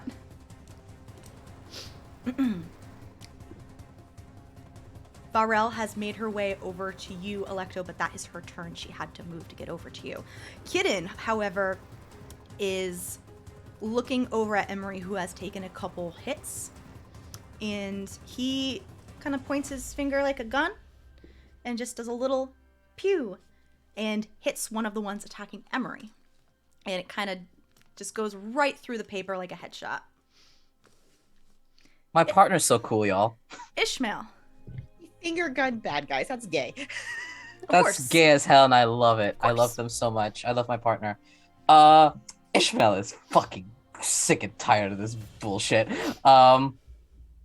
You see Vasuki and Shesha leave Ishmael's hand. His sleeves are rolled, so you can see Vasuki and Shesha move towards his back, towards his neck, the black and white snakes up to his head, and then emerge from behind him to form a 2-headed Bolin's python, this iridescent large serpent with black and gold scales along its belly, and it forms a 2-headed serpent, almost cobra-like. And I want to use Bite of the Serpent on Ilford.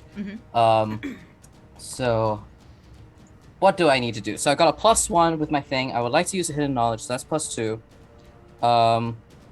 Because I know We talked about it during break, and this is going to apply to everyone. If you're using Forte, this doesn't apply to spells learned, but if you have a Forte ability, I've decided you can add more sorcery to cast at a higher level for your Forte abilities. So that will count towards your venture. Okay, so I need to hit an 11. Is that correct? Yes. All right, cool. So On both I die. will spend on both dice. So I'll spend 3 sorcery to do this. So you have a venture 5. I have a venture 5.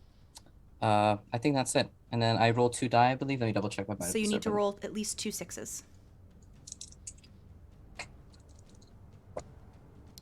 Okay. Yeah. There, you're a prophet. That's 2 6s. You're welcome. That's you're 2 welcome. 6s. Thanks, man. So what happens as you bite him? You see Ishmael, these serpents kind of like emerge out. Vasuki and Shesha both hiss and open up their maws at Ilford, and Ishmael's eyes almost turn serpentine golden as well, as he goes, I need you to stop doing what you're doing and stay still. And it will inflict 2 points of damage, injecting venom that hinders the victim's next action. Okay. It doesn't look like the damage is doing anything, but Ilford's movements get slow and sluggish. Hell yeah. Emery is once again the little smoke runes near his shoulders are completely gone. And at this point, he takes a step back and just kind of places his hand on the book that is always at his side as a Vance, and just kind of spits at this creature. And you see an inky black substance like get it really wet, and it begins to start dissolving. And then in reverse, it kind of goes back into his body.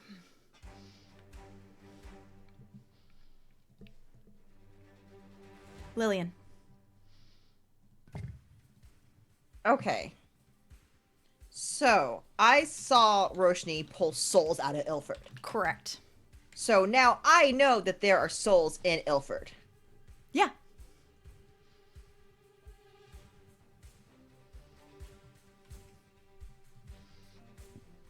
Am I gonna do it now? If you want to go later in the initiative, Lillian, Roshni, Eleanor, and Alecto are technically all in the same general range. So if you want to move interchangeably and let someone else go first, you're more than welcome to. No, I kind of like that Ilford is slower right now. This might be the perfect chance. And I wasn't gonna do what I was going to do. I'm gonna invoke the name. Okay. That what level spell is that? That's a level 7. It's a level 7. That's a secret. It is a secret. I will read it for the class if you want me to. Sure. Let the audience If you know the secret magical name of a person, you can attempt to exert influence over them. This is basically an attempt to compel them to perform one action you name. They must be able to hear and understand you and must attempt the action with their level as the challenge. If you fail, you cannot try again until this next rises. Sure. And I'm going to tell Ilford to release the souls. Okay. I'm not going to stop. I don't want to try to stop him in the fight, but if I can get him to get rid of all the souls inside of him. Okay. So you will need to use Sortilege to roll a second die. Yep. I will do that. Are you using anything else besides the level I of will the use secret? as many things as I can. The level of the secret counts towards the venture. You Yeah. have the card up for you as well. So 7. 8 total. 8. Hidden knowledge. I know this dude. 9. Yeah. Okay, cool. So that's a +9. Mhm. And I have to roll 2 dice. Correct. Do I have anything else? Can I use interaction? Not in this case, because Sorcery? you're not casting magic. You're using a secret, so Is it count under accuracy perception movement? Look, I'm trying. it can't be physicality or perception. Okay. The only other thing I have is intellect or interaction, but interaction. I'm interacting with them. Actually, no. Interaction makes sense. Then I would use 3 interaction because I have 5 in that. You don't need to roll. You have lowered his level enough for the time being to automatically succeed. Okay. And I just look at Alistair, and I point to him, and I say, goddamn. Sorry, I didn't expect that to succeed. Release them. Okay. On his turn, we'll see what happens. And it will happen, but on his turn. So that puts us at Roshni, Eleanor, and Alecto. All right. Roshni, stuck in this photograph, is looking up and is just seeing flurries of little bits of people and is not sure what's going on, but they understand that Ilford did this to them. And so they are going to do the best thing that they can think of to escape a photograph. They're going to activate their Forte ability, Embraced by Fire, level 3, so I'm going to spend 3 sorcery to do that. And Roshni, inside of this photograph, is going to, their hair is going to erupt in flames, and the rest of their body is covered in fire. And the idea is I am trying to damage the photograph to, burn it up and escape out of it. Okay, so you're gonna roll against Ilford's level. and basically try to break out of the magic. So it will be Yes. sorcery level. Is there a +1 die to this? Oh, it is There's magic. a +1 die to the damage, so I don't know what that means. Like it just happens in terms of, like becoming covered in fire. In terms of actually doing damage to anything, Okay. then I get a +1 die. Okay. So it'll be, if you have a, does it say +1 die next to it? It says specifically +1 die to damage. Okay, so you're gonna roll 3 dice. 2 magic. Okay. Okay. So your venture is at a +3, and you get a +1 from the card, so your venture is at +4. Okay. I'm gonna roll one at a time. 3, 6, 6. The 2 6s do it. Yeah, so tell me what happens. So I think what everybody sees is the photograph is on the ground, and then all of a sudden you can see it start to burn up, and like you can see like little bits of the film just starting to sort of disintegrate into like ash and soot that erupts from inside of it. And then all of a sudden this big flame emerges from where the photograph was, and in its place you see Roshni has returned. Eleanor and Alecto.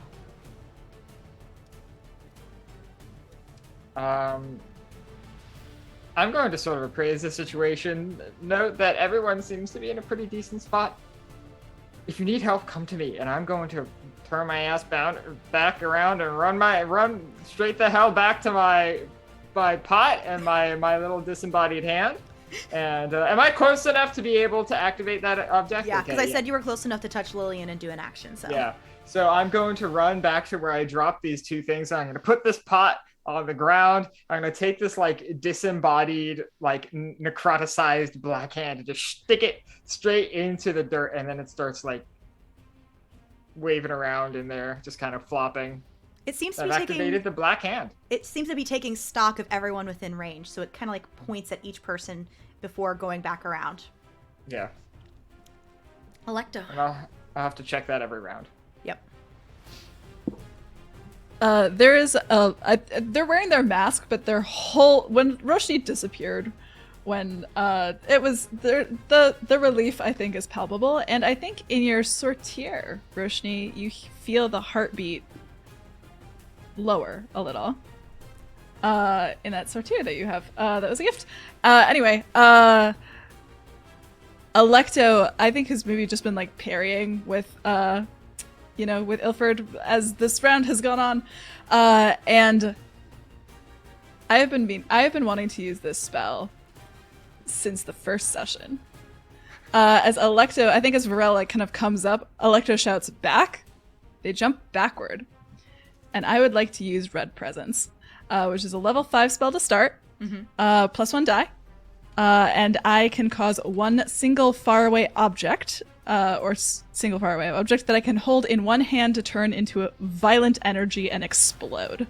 The object is destroyed, although I don't think it will be destroyed, and all within the area suffer damage equal to 2 less than the spell's level. And I am going to target the Garnet hand armor. Gonna get a little revenge for Avelia here. Hope that fucks up his hand a little bit. So tell me what I would like to roll as much as I can for that. All right, so you have it's a level 5 spell. You have a +1 It's a from level 5 you have, spell? you have a +2 from the venture, +2. so it's at a +7. You're gonna roll 2 die. You need to roll. Are you spending hidden knowledge? Yes. So it's at a +7, or did I miss? No, +8. +8. So in order to affect the hand armor to actually destroy it, you need to roll at least 2 5s. Okay. What about to hurt Ilford? We'll get to that. Okay. Also, All right. Lillian is within range too. Do it.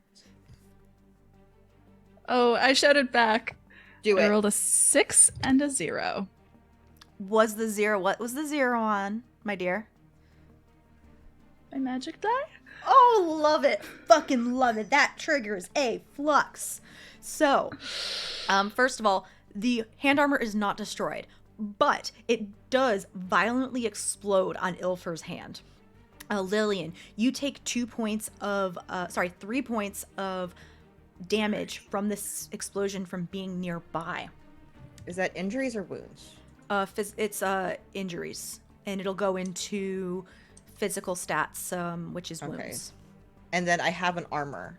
That'll decrease it by 1, so you'll take only 2 injuries. Okay, 2 injuries. Sorry. It's fine. That armor made sure I didn't take a wound though, so thank you. Your minor flux as you do this. Just behind Ilford, you see someone important to you from your shadow life. Who is it?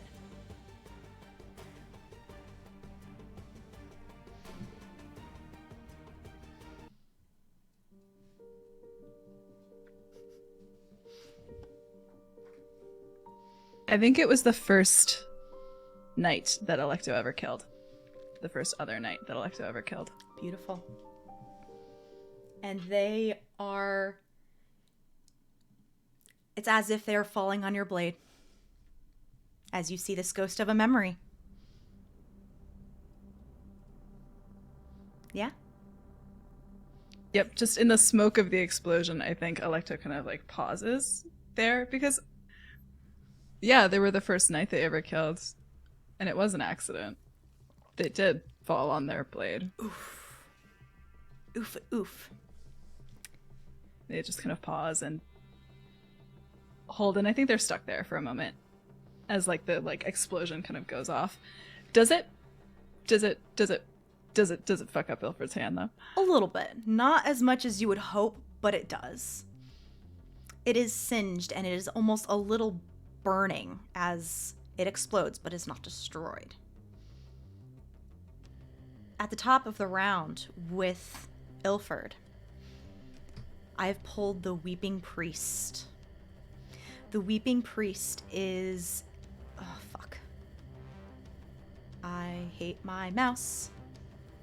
Value of 5, Secrets, Ravens, Books in Flame, Betrayal, Weakness, Turnabout, Disillusionment, and Loss. Everyone gets a -1 to their ventures. Basically, what happens is this round. Lillian. Ilford kind of like jolts and like begins to move jerkily, almost against their will, as they tap the hand armor, tap their chest, and almost like stars, a bunch of little sparkles and motes of light disembark from them.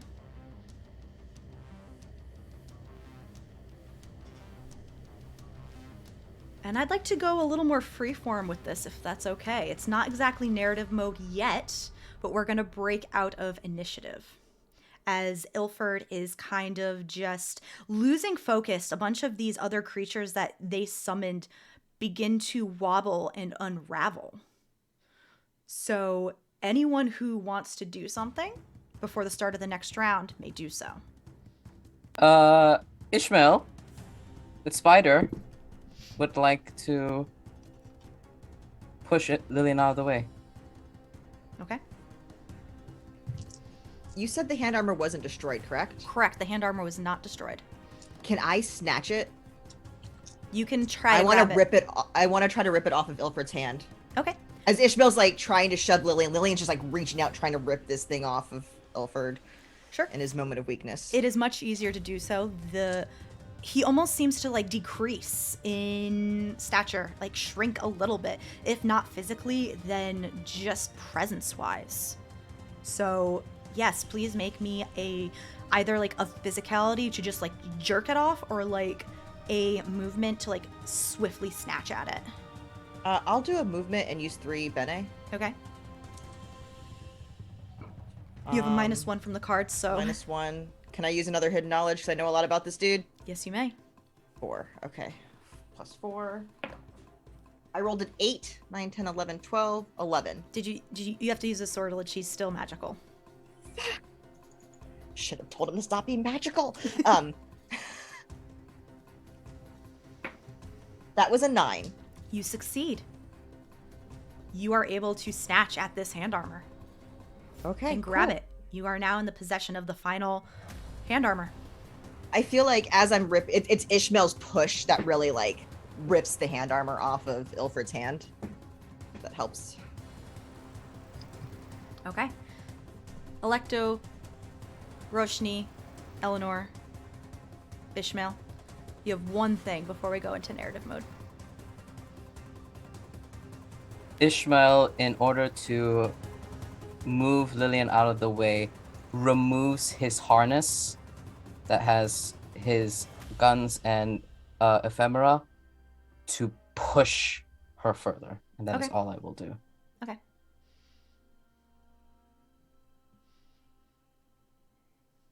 I think for Roshni, what they would want to do in this moment is, because Ilford did steal Lillian's soul, or at least try to. They did. And so they are going to go up to Ilford and they are going to unsheath the dagger at their hip and try and stab him with it. In addition to the fact that because Roshni is embraced by fire right now, there's also fire damage that happens by being that close to me. Ouch. Yes. Ouch. How do daggers work? Because I did not realize I would need to know this. They are a light weapon. I think they are level 2. So you're going to add level 2 to the spell, and you'll also need to spend sortilege to hit, and then you'll do the fire damage on top of. You have a -1 from the card. Okay, so 2 -1. I'm going to add 1 for my light close combat skill, add a hit of knowledge. So that's a +3 total. Spend a sortilege. 2 and 3? Yeah, the 2 and 3 is not going to do it. All right. Does he at least take damage from the fire? I'll say he takes damage from the fire, but not from stabbing. Okay, so I'm just going to roll a die for damage then. You don't have to roll die. It's 2. It's 2. Weapons are base damage, so it's 2. But it doesn't Okay, go cool. through anyway, so. Cool.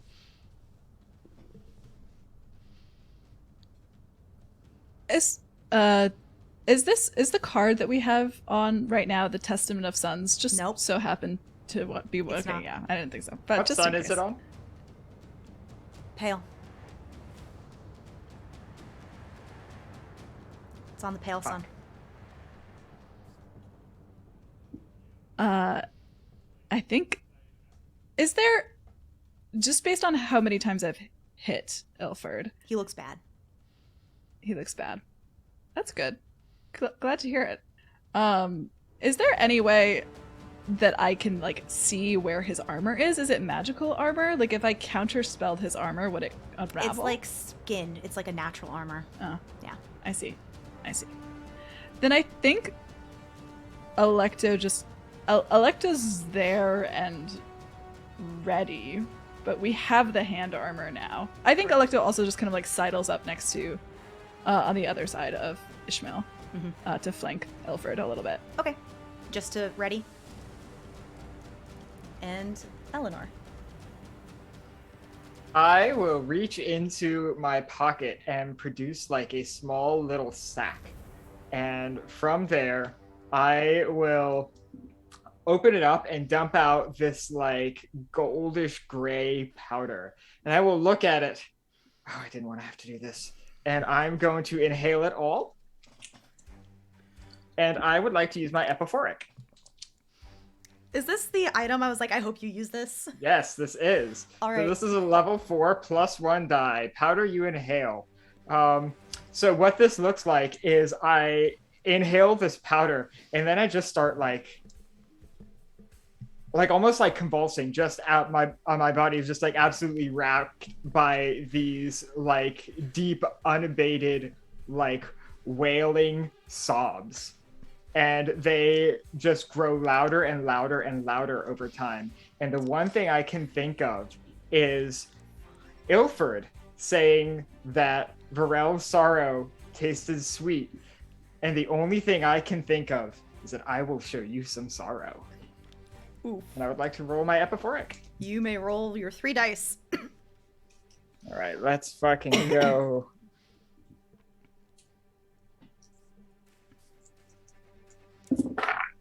All right, 8, 2, and 9. You affect. So what happens? All right. So what happens? 2 things happen. 1, everyone around me, you So those you love have one Certes pool restored. So for everyone around me, you can restore one of your Certes pools as you feel invigorated. You feel the motivation that comes with trying to fix a problem when one of your friends is sad. Ilford, however, feels all the worst parts about having emotions. He is just wrecked with this deep, inescapable, terrible sorrow. And he suffers 4 points of damage as if burned by acid. Oof. Beautiful. Okay. And this is where we are going to move to narrative stuff. Lillian. Ilford turns to you. And all the times you have talked to him, Roshni, even all the times that you have talked to them, he has been this cool, aloof, kind of like nonchalant creature, just kind of like dismissive, super cheerful, like, oh, don't worry about it, and such like that. This is the first time you have ever seen them angry, pissed, absolutely raging. There is spit like going down their cheek, and it's like leaving a like almost like an acid burn and like dissolving through their skin. There are slashes and burn marks all over its body from it's just like it looks like film that's being slowly destroyed and wrecked. And they grab you like by your shirt and kind of like partially pull you up. And they start yelling at you. You brat! I should have gotten rid of you with your parents when years ago when they trapped me in those fucking photographs. Maybe trapped you as well, and then this never would have fucking happened. And time seems to slow down a little bit, as I'm going to give you a despair, even though it's the finale. Sorry, can't use it, but Could have used that a week ago. Time slows down, and There's no reaction in Lillian. Ilford throws you off the side of the thing, or at least begins to. Ishmael, your niece, slow motion. Ishmael, Vasuki and Shesha recede back into his body, and he will run. And you see the thread from the spider inside his chest go out to the other side of the window where Lillian is about to be chucked out of. And he swings by, pushes her, shoulder checks her. Because let's be real, he hasn't got the strength in his arms. Shoulder checks her. But in doing so, he is knocked off balance. The thread snaps. And Ishmael's heel touches the edge of the clock tower window and falls. Can I do something? That was part of the despair. Ishmael falls. You all hear a cry of despair from Kirin as suddenly they disappear.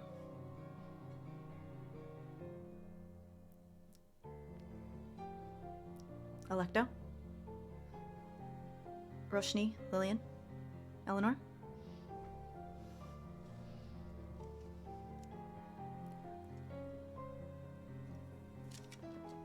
How do you take this?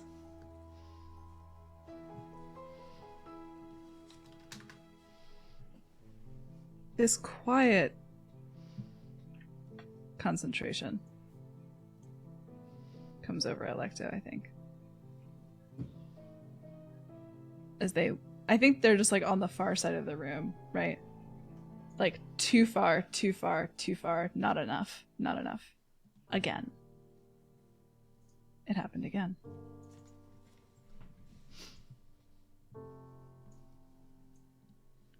And they stand up.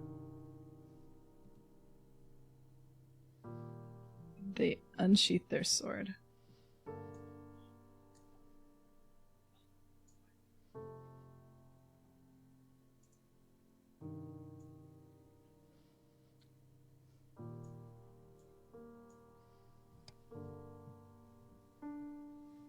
have no idea what they do. While Alecto is doing that, Lillian screams and you hear glass breaking again. And I know you said I couldn't do anything about it, but Lillian still tries. And what you see is she activates her Forte ability and splits into two.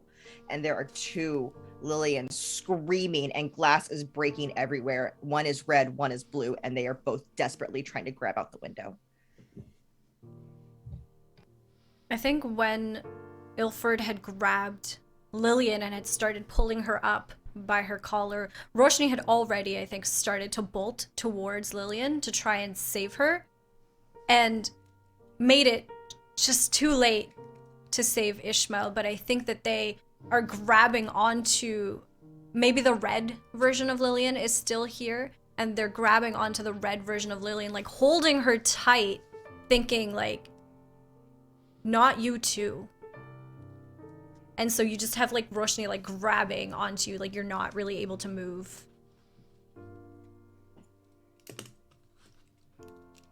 I turn to look at the potted hand and watch it just grasp and futilely strain in Ishmael's direction before they eventually go out of range, and it just relaxes. Can I reach Ilford in time to touch him? Yes. All right. Ilford is a absolute mess. All right, sure. They But I would like are heaving, angry, kind of just in their own mind of frustration and anger. I would like to wipe the tears from my eyes, slowly stand up, and just walk over to him. Grab him by the shoulder, spin him around, and just put like my hand on the side of his face. And I would like to use all 7 sorcery I have on my Draw Out Beauty Forte ability. And what does that do? There's beauty in everyone. I make one creature I touch incapable of making their next action a hostile one. So I will roll my 2 die at +7.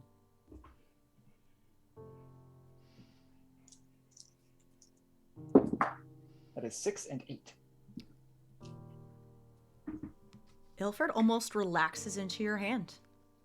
And what I would like to do is I would like to fill Ilford with every positive emotion that I can muster about Ishmael. What I want Ilford to do is recognize what a beautiful person he has just attacked. I want him to regret. Ow. Ilford, though not looking off in the direction of where Ishmael fell, kind of looking past you, Eleanor, as you imbue them with positivity and light and beauty, begins to cry, and they do not move. Demons do not feel emotions. They need to get them by other means, so there is an overload, essentially, as Ilford just stands there.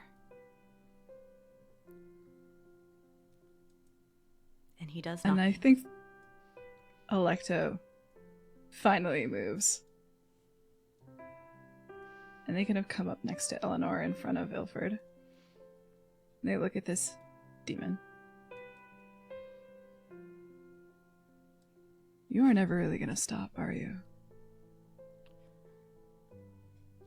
They do not acknowledge you, as tears continue to fall.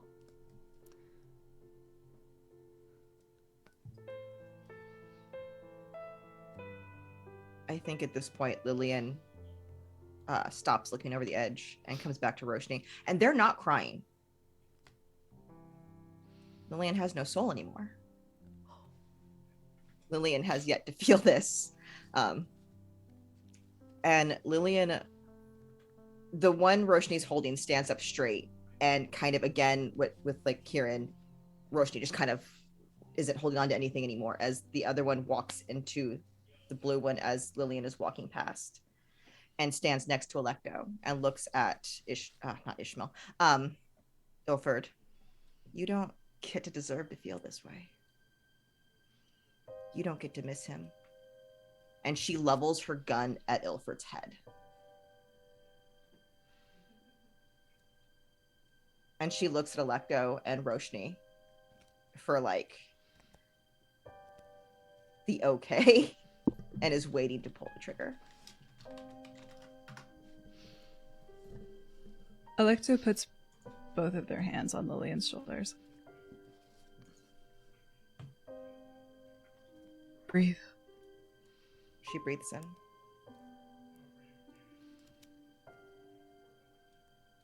And shoot. And she lets the trigger go. There, it's as if you are at a shooting range as it tears through paper. And what you haven't noticed before is the gun seems maybe upgraded. Maybe Lillian's gotten better, and it does far more damage than you've seen it done before.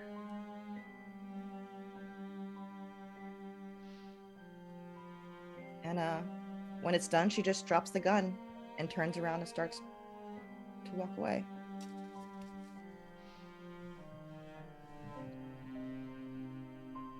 Where do the bunch of you go? At some point, Eleanor and Roshni, Emery does make his way up next to you and gently, so not to spook either of you, places a hand on both of your shoulders. Roshni is still covered in flames. The effect lasts for quite some time. I can actually make it not hurt specific people that I choose, so Roshni would make sure that it didn't hurt Lillian when they held her and doesn't hurt Emery or anyone else here. But right now, they have never felt grief like this before. They weren't capable of it for years. And right now, this feeling is bubbling up inside of their chest like lava, and they don't know what to do with it. They don't know how to process it. And you can see the flames are just growing bigger and bigger and bigger, and they're starting to like lose control of it as they're standing here just in shock, I think, more than anything.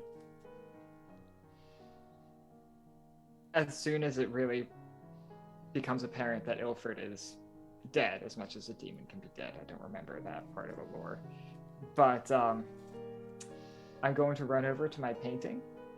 I'm going to lay my hand on it, the one that is wearing the diamond hand armor, and I'm going to draw out that constellation of a dancer, and I'm going to run back over to Lillian and extend a hand up. This is yours. She kind of looks at you for a moment as if like not wanting to take it. And the second she touches it, she just falls into a pile of broken glass.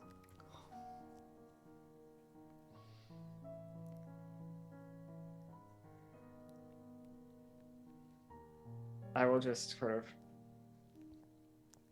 kneel down slowly, gather the pieces together, bring them close to each other. I don't know how Lillian puts herself back together, so I'm not going to try to fit any pieces, but I'll just make sure that nothing's straggling, nothing fell too far. All the pieces will be there when she returns. I add something for Alecto. You're muted. I said, oh no, but yes, please. You feel the tiny creeping slithers of a black and white serpent moving from your back down to your arms. On either side, Basuki and Shesha.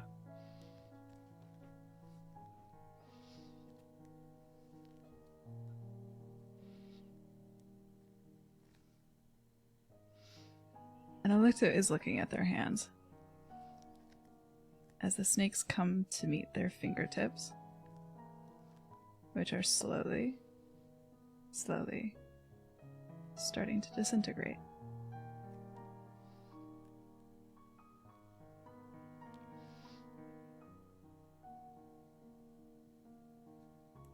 And I think as everything is going on, Alecto is still just standing in front of Ilford. And they take off the owl mask with their, like, just the barest bits of their fingertips. And I would like to use my very last bit of sorcery to cast my final forte ability, Life to the Lifeless. Okay. And it's maybe not as good as we think it is, given everyone's face, but the owl mask in their hands, just it kind of like ripples and begins to unfold these like thick brass like panels as it grows a body and it grows legs that it like then like perches in Alecto's hands. It grows wings, which it then kind of like flaps, beats its wings a few times as it like comes to life. And this spell, basically, I have convinced this object to take the burden of ambulatory intelligent life. It has intelligence, a personality, and the ability to speak aloud whenever it wishes.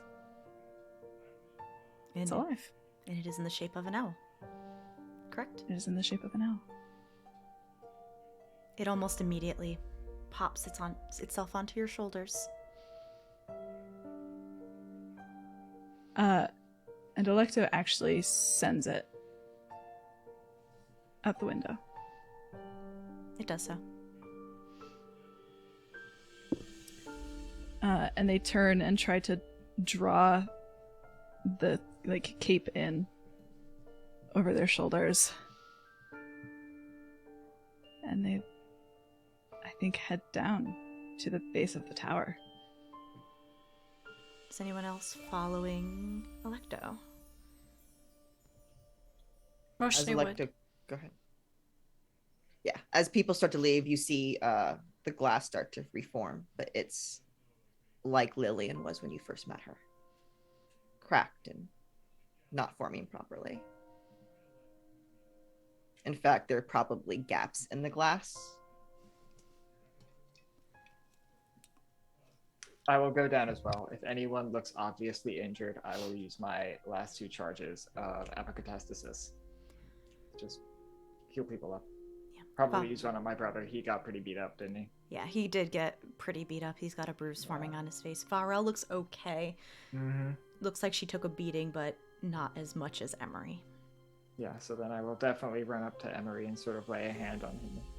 And this sort of silvery green glow that I had diminishes further as he is healed up. And then I think I'm probably going to use the last one on Roshni, because if I remember correctly, they were down on physicality as well. So sort of go on ahead to them and just sort of gently put a hand on her shoulder. Varel is tense and quiet. Alecto, you would have noticed the reserved silence of someone just having gotten out of battle. But the 6 of you head down towards where Ishmael lays, head now currently in Kitten's lap, who is sobbing. And as you get closer, you can hear them saying and muttering, we weren't supposed to fall back onto the contingency plan. You weren't supposed to die. And they just kind of stay there for several minutes, one hand holding the back of your head, Ishmael, before they lean their forehead to meet yours. And as the 5 of you get closer, you can hear Kieran whisper, "Hold me forever in every sun." Ishmael, As you were falling, face towards the sky of the indigo sun, just beginning to set, everything turned gray. Everything lost color. And you found yourself standing in the middle of a sprawling city made out of, it's hard to tell if it's marble or bone, but it is elegantly carved. And the dead walk around you. No one seems to pay you any mind. As you stand in the middle of the city, the largest city in the actuality called Catalfolk. But you're only standing there for a couple minutes before you feel a tug from your serpents traveling around your arms and torso, and Kieran's whispered voice. And the pale begins to fade.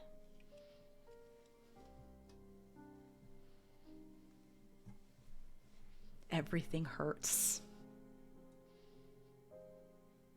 Ishmael takes in the deepest, weakest breath.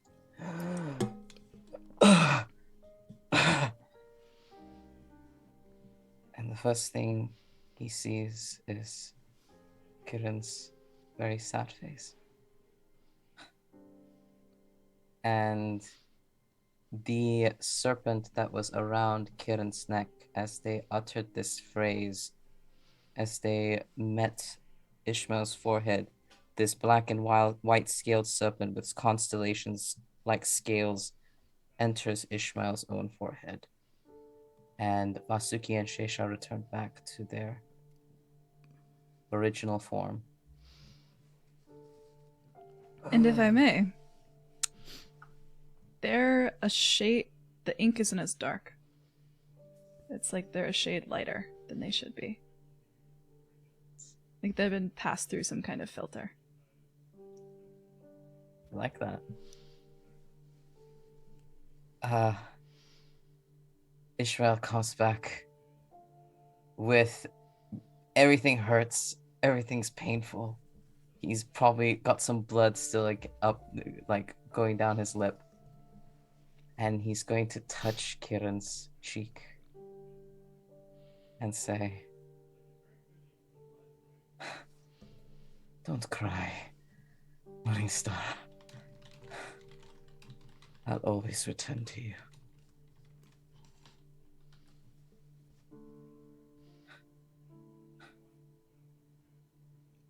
You get nothing but choked sobs.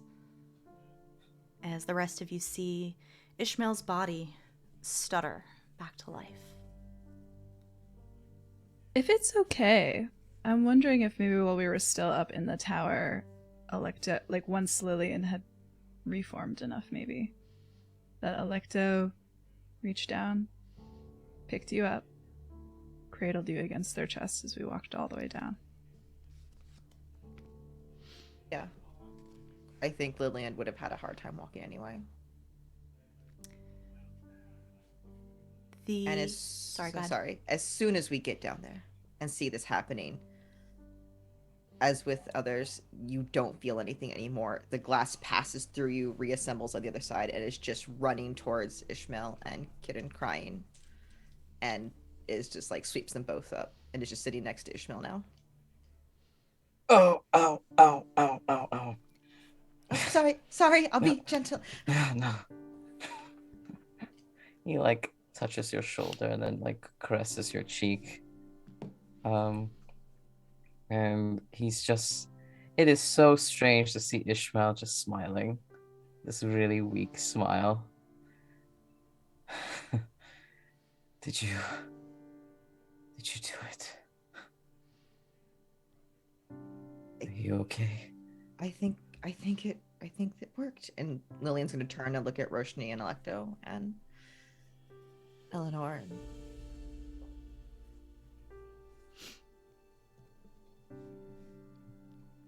Roshni will walk over to Ishmael's body as he's lying there. Very I'm alive, slowly. but I'm pretty sure my You're bones are alive, broken. but Exactly. And they are going to cast the same spell that they cast on Lillian to heal her, to try and heal Ishmael. You can do so, and you can put him into a more manageable, less painful way. He's just kind of like, oh, ow. Oh, but that does feel better somehow. Ooh, ow. It wouldn't have hurt. The spell specifically uses Oh. pleasure.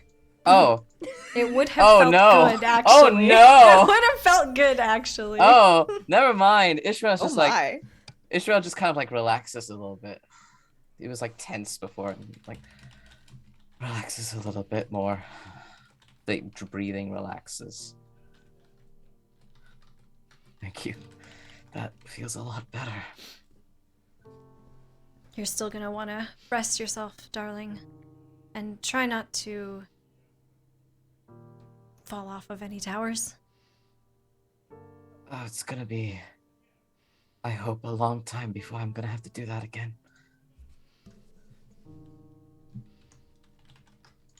I'm gonna sort of nudge Emery because, to my knowledge, he is the smartest person here.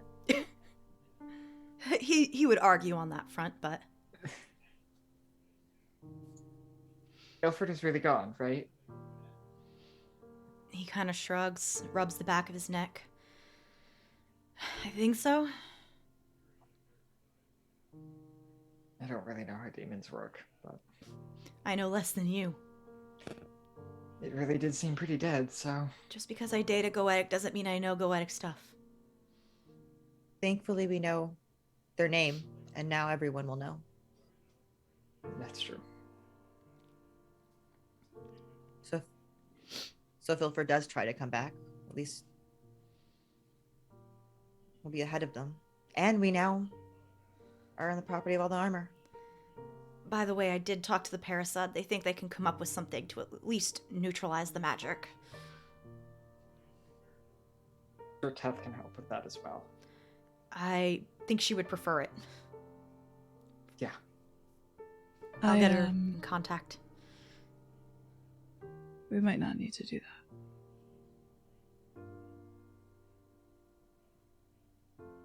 And Alecto kind of like tips their like shawl a little bit, and their hands are mostly see-through now, I think. And the tattoos are just like almost like lifting up into the air, like slowly, like they're peeling off of them, like fading up into the air. Hand them to me. Alecto, your hands. I made a failsafe too. What are you What is- doing? And I think the owl mask kind of swoops down from where Alecto had sent it out of the window and kind of perches and turns its head on their shoulder.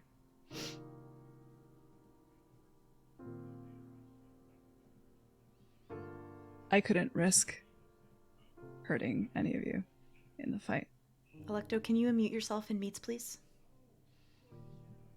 What does that mean? It means that I figured out a way to reroute the curse. See, sorry, can you unmute yourself in meets? Oh, yes, I'm so sorry. I don't know how that happened.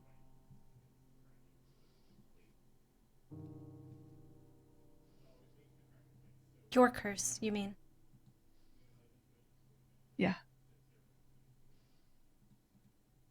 Okay, so you found a way to break it. That's good, right?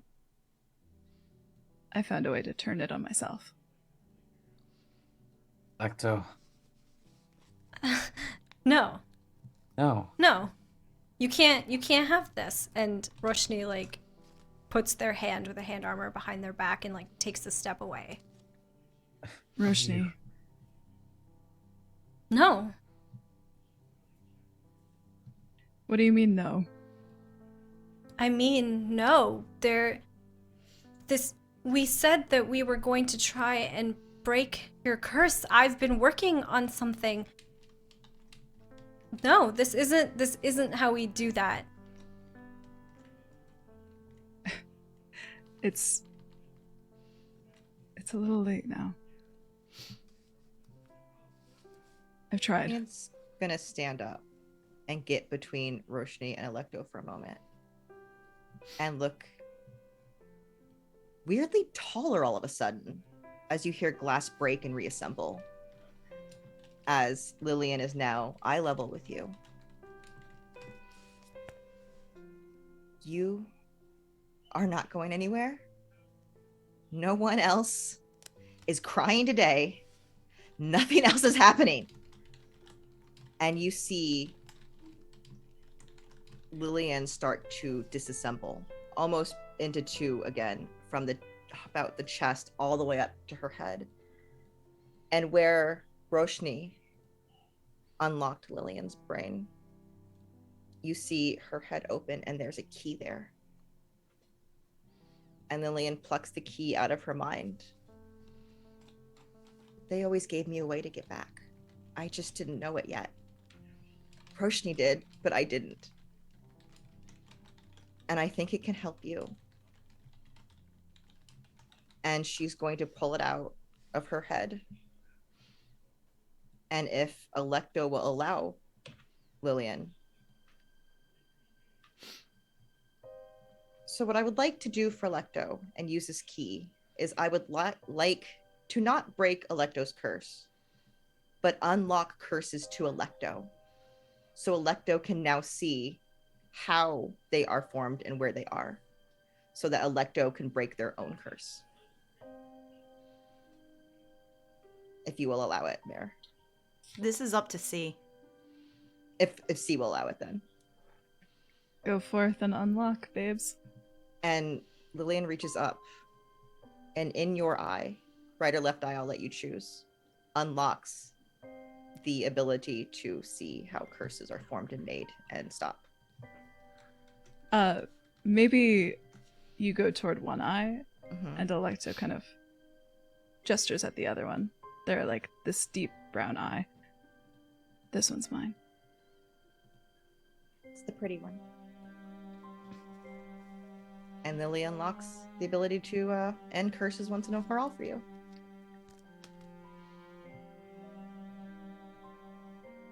I think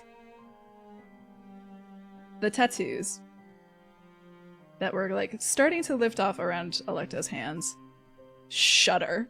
Like all of them like there's an earthquake or like this heavy sonic vibration just kind of like bumps out of them as like this energy kind of like passes through them.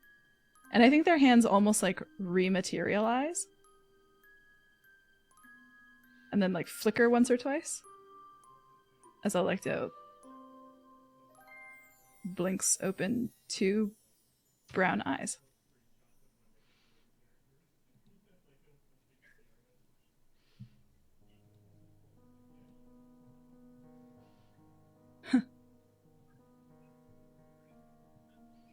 No, I get it now. I get it now. You don't have to cry. And Lillian is crying, but tears of happiness as she has kind of shrunk back down to her normal form. And is just smiling at you. I Does it understand. work? Work is a funny word. Do you remember when I told you that I didn't think that you had a curse? I do. That what you told me, that it wasn't a curse, it was just part of you.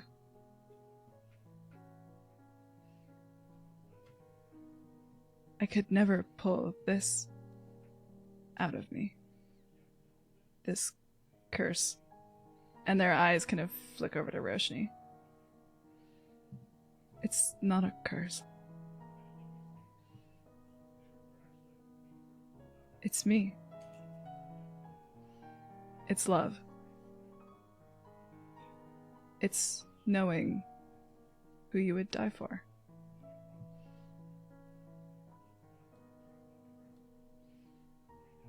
I know. I think we all do.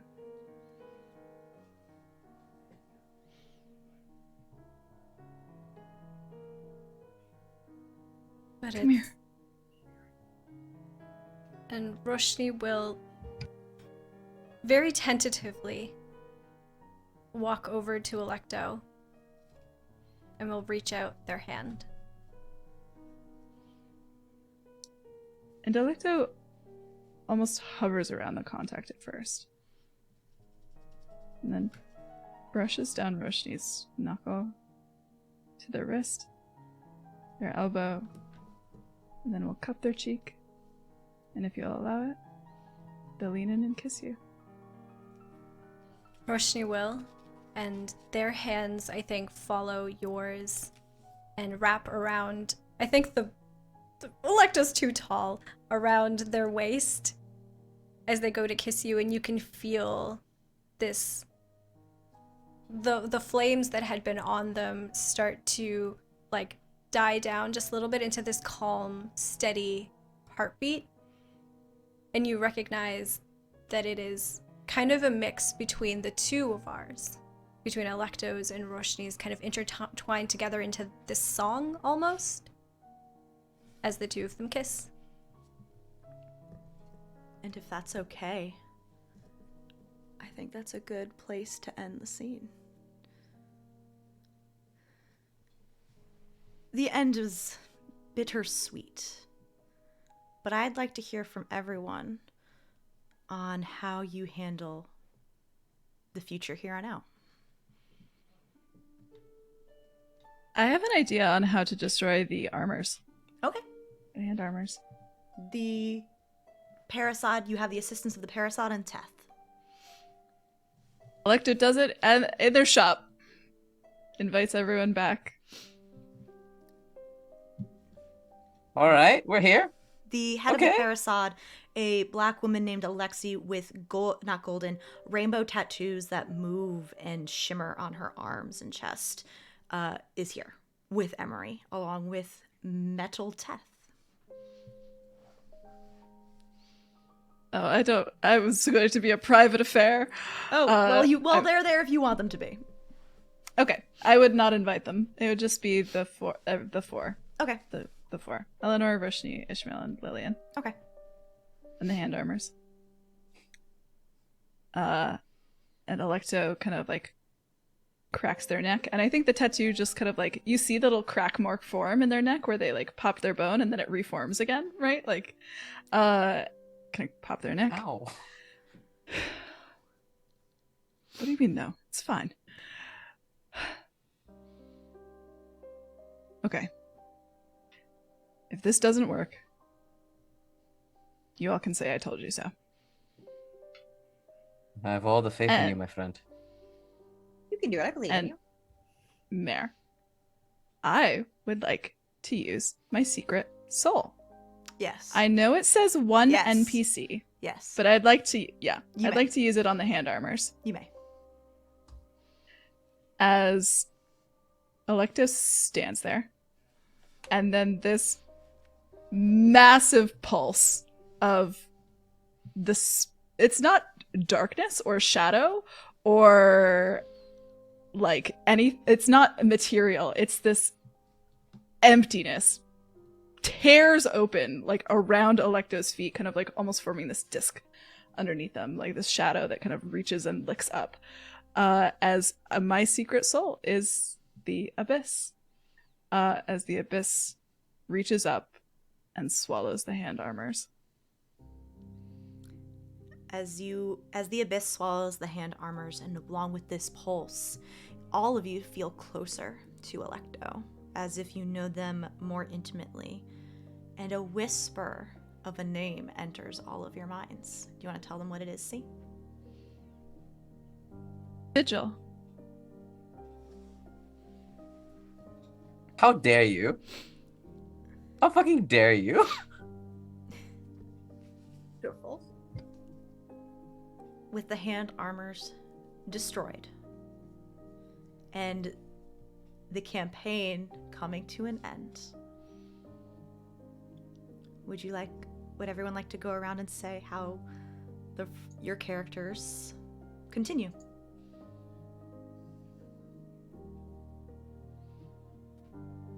I'll go. Lillian's is probably the easiest. Lillian spends her time becoming a better goetic, studying with Ishmael, studying with Kirin,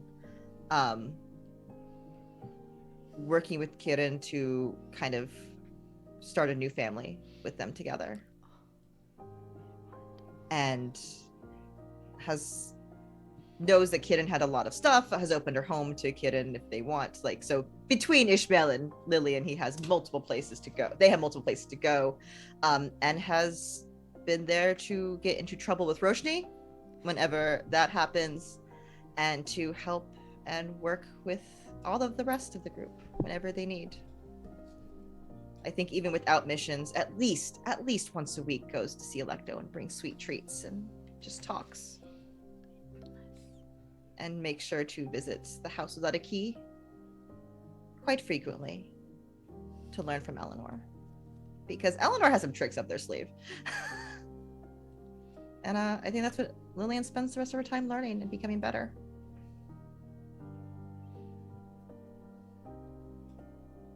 I can go next. So after all of this, I think Roshni, having experienced losing their soul, getting it back, having their best friend lose their soul, then having one of their other close friends lose their soul, it was all just a lot. It was too much. And I think it showed Roshni that maybe their magic can be used for better purposes than what they've been using it for right now.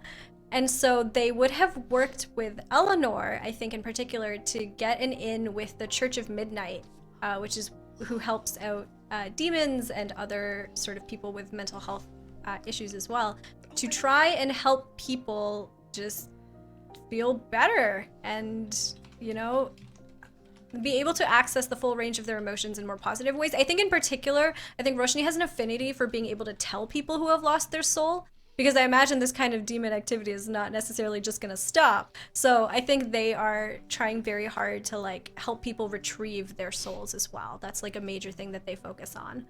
And in addition to that, because I'm gay, I think if you're okay with it, I think Roshni would basically stop couch surfing and basically stay at the Curse Breakers, I should say, shop.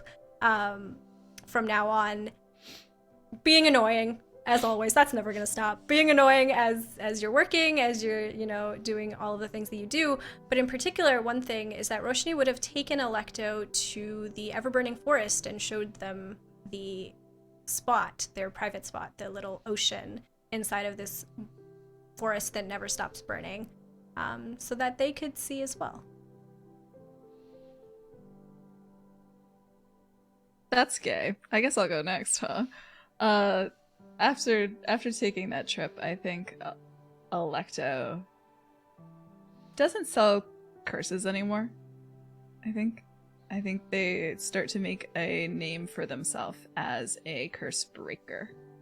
They frequent the undersling fairly regularly, just because I think the amount of curses and curse afflicted nonsense going on with that spot is very, very imperative to check out for them. They start breaking curses, and they head to the headquarters of the Knights of No Name. Knights without a name. Of No Name? Knights of the Name. Knights of the Name. Knights with names. Yes. The Knights of the Name. And they decide that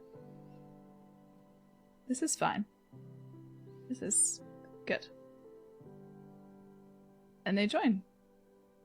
They join up. As Varel said, you are welcome with open arms. And they make a habit of getting into scraps that they probably shouldn't get in. They come home bruised and bloody more than enough times, I think, to make Roshni snap at them. And they hand them a stone. I think one day. It's like literally super. It's like a pocket stone. And they kind of look, a little shy about it. When we were doing the whole "Are we gonna die because of a demon attack" thing, and I, switched my curse so that if I accidentally touched you or kissed you because I was so happy to be alive, that I would die instead of you? Yes, a ridiculous choice, by the way, darling. Listen, we've been over this a few times. I'm never going to stop mentioning that was the worst decision you could have made in that situation, but I learned from the best about how to make bad decisions.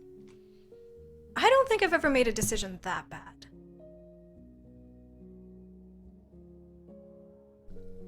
Are you sure? You have a rock, you said? Right.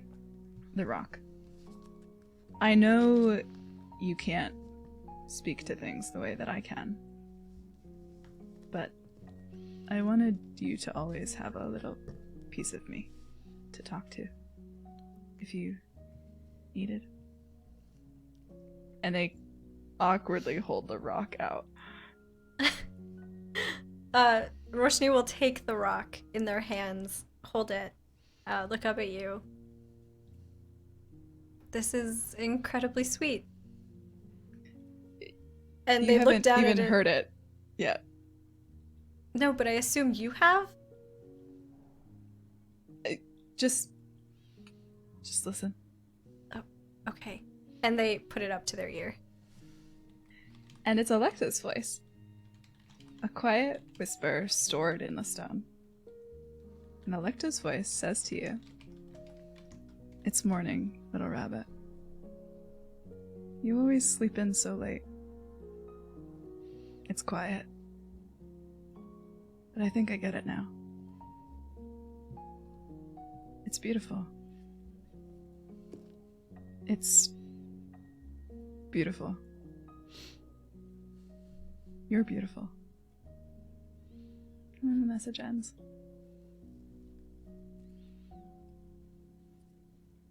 I think Roshni, is it like on repeat essentially, or? I think once it goes through the first time, it's quiet again. Roshni will listen to it, move their hand down, and just immediately go to kiss Alecto. Because now they can, and they have no reason not to. And I feel like that's a good place to leave Alecto's epilogue. Eleanor and Ishmael? Sure. So, probably only a few days after the whole Ilford thing,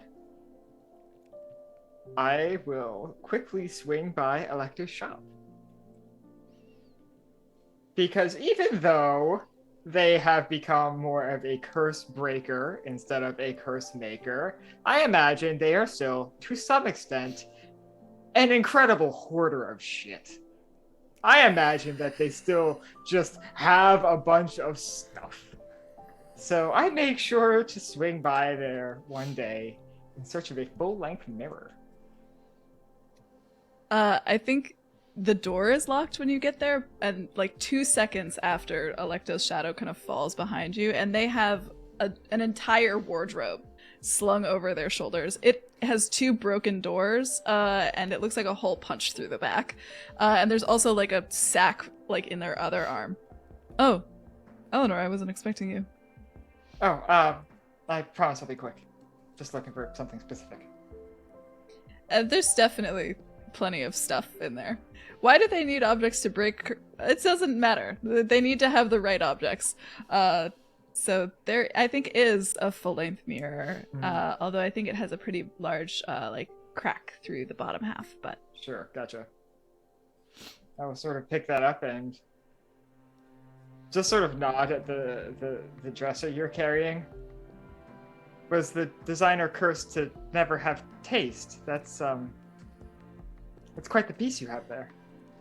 You don't think Roshni will like it? They keep leaving their clothes here, so I figured I should make something to put it in. maybe it just needs a little bit of work before it's put back into use.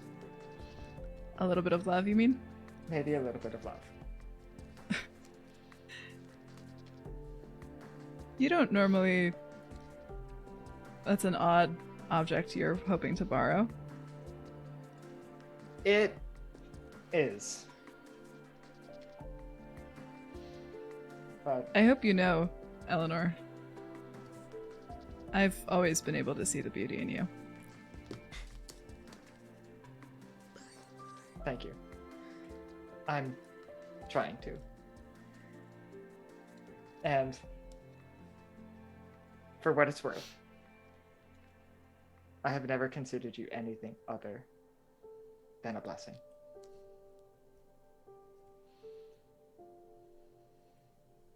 I'll never forget what you said to me. At the bathtub, wherever we were, the fridge. Mm-hmm. It's been so long, I can hardly remember, but... Yeah. I needed you, Eleanor. I needed that.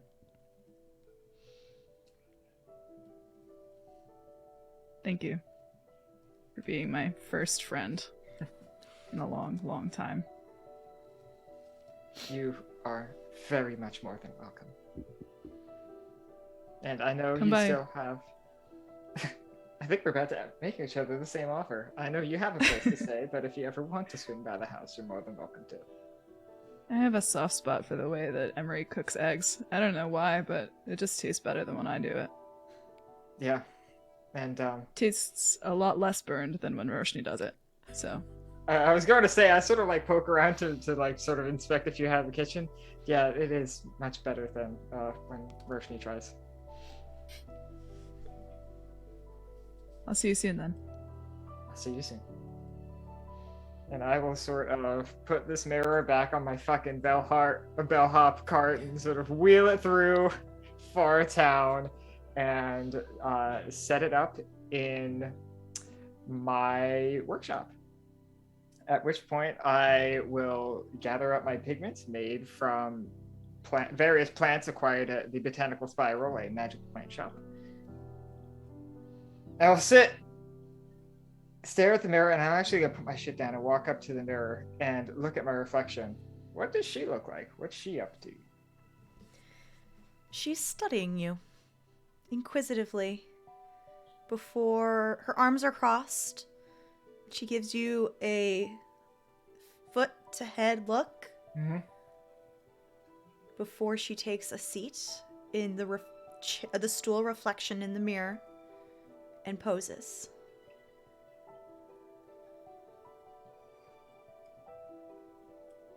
Smiling. I sort of like put one hand on the glass, just the fingers making contact.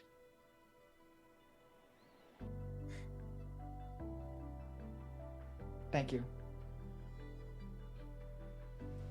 I don't want to hate you anymore. I will turn around and think back to all those weeks ago when Kay requested that I paint them a self-portrait. And I will begin to paint and paint and paint. And it takes, I imagine, a while. I, Alex, have no idea how long it takes to fucking paint something. What do I look like, an artist? So whatever, however long that takes. But the last thing that I do actually is there's one spot in the painting which I actually like just have not painted. It's basically just a blank spot of canvas. It's a small little circle. And what I will do when the painting is mostly done, it is a portrait of me sitting there rather, and like holding a hand out as if I'm holding something. And I will reach into my pocket and pull out a small hand mirror. And I will take a knife, stick it into the little seam between the metal and the mirror, pop out the mirror, and kind of insert that into the painting. And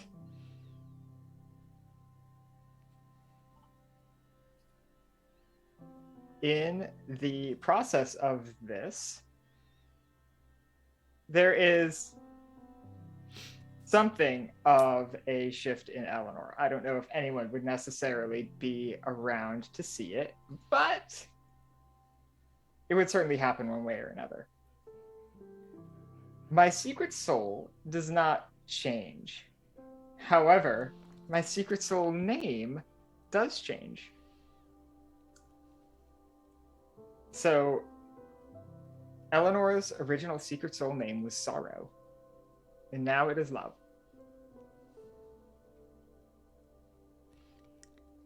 I think that's the perfect ending and to leave off on. Thank you, everybody. Did we hit Ish? Hmm? Did we hit Ish? Oh, I'm sorry. really Oh my kidding. God. I was like, will I get away with it? Will my God, Mare let no, me get I away will with it? not. Let you. You have to tell us what happens. Fuck you, When's the Val. wedding? Sorry. When is the wedding? I'm sorry. Go ahead, Val. No, it's fine. Oh my God. Don't worry. I was just I hit in the want- heart. It's fine. It's fine. Don't worry. It's okay. My first question is Atiail dead? Yes. You knew this was going to Ishmael. happen and they were ready. The first thing Ishmael does, broken, beaten, battered, will find Atiail where they usually reside, see that there's nothing left. And in the many months that follow, Ishmael spends a great deal of time studying to be a first-class Goetic, an expert in entities and how to persuade and speak to them and become companions to them specifically, not to create contracts that would bind them and make them serve your own purpose, but to actually ally yourselves with them. He'll spend that time studying with Lillian and helping her, and they become peers in this space in the Order of Goetica. And while he is there, he will petition for the Order of Goetica to erect a memorial in memory of Atiail, an entity, an angel that until the end hoped to find an extremely dangerous entity. In the months that follow, Ishmael removes a significant portion of his ostentatious clothing to make more room for Kiran, and offer Kiran to stay with him.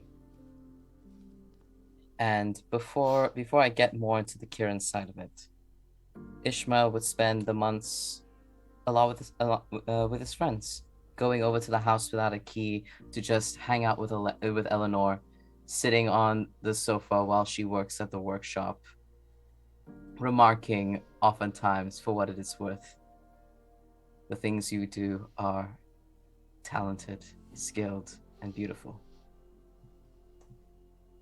And oftentimes will slowly build a relationship over those few months with Roshni.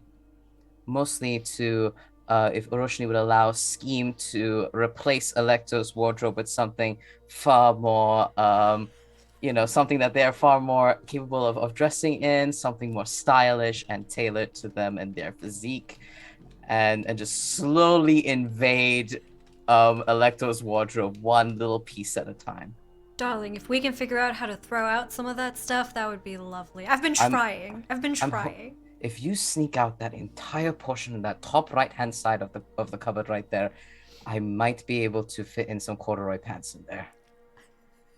Okay, I'm gonna work on that. You get the pants. I'll get you the pants, no problem. Although, honestly, I don't know if we necessarily need shirts. I'll leave that to your own purview, darling. I know better than that. Have they noticed? I don't think so. They have so much shit. I really don't think they've noticed. Excellent. Let's keep it that way. I don't know how Alecto would take it to know that I'm scheming with you in this way. And in the months that follow, hopefully one day, if C and Alecto will allow it, maybe when Alecto is finally comfortable enough to return back to the Golden Coil, you'll be able to have coffee again with Ishmael, and he serves you a black coffee mug with a tiny A written at the bottom of the handle. The golden coil looks different. It is no longer golden. It is now two snakes. A snake, black and white, with constellations upon its scale, and a white snake that is covered in pansies. And they are fused and intertwined together. And in this time, Ishmael will... Even his own snakes have changed. Vasuki and Shesha are no longer black and white snakes. They too reflect the house. A white snake with pansies upon it, and a black and white constellation snake, just slowly over time, just transformed. And Ishmael would walk up to Kiran in the aftermath, I think a week or two, in the aftermath of everything. Still recovering. Morning Star? You should still be in bed. I'm at home. It's fine. You should be resting. Will give Kiran a hug from the back. I'm resting. And lean his head against their shoulder.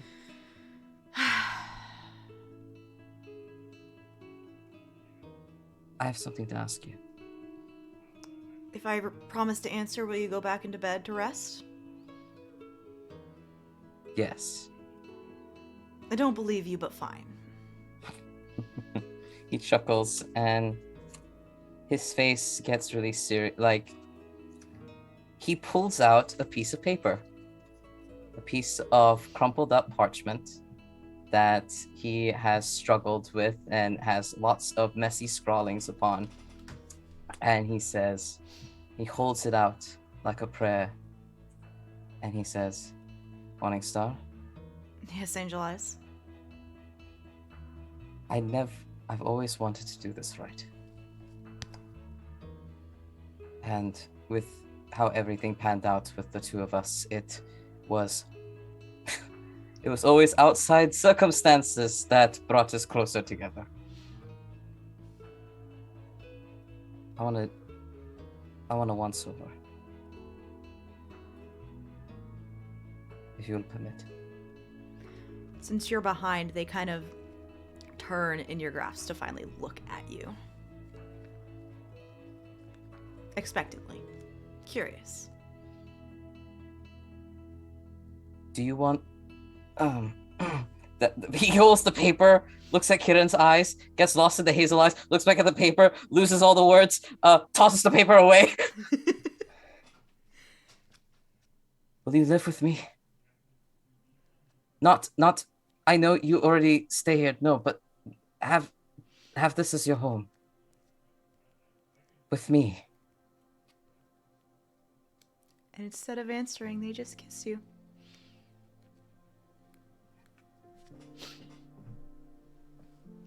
Wonderful.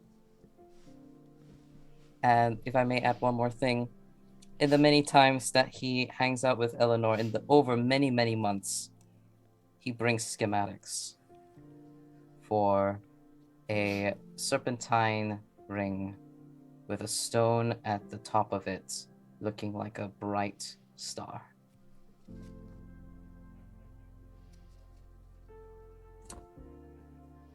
Oh, get on that shit. Pulling all the favors from all the makers you have. Yep. I'm not going to interrupt anything else by mistake now, am I, if I continue on and close out the campaign? Okay, sorry. But thank you, everybody, for joining us for the finale and the end of The Soul's Confidant. It has been a ride. We're going to do sign-offs one more time before going into a raid. So, who would like to go?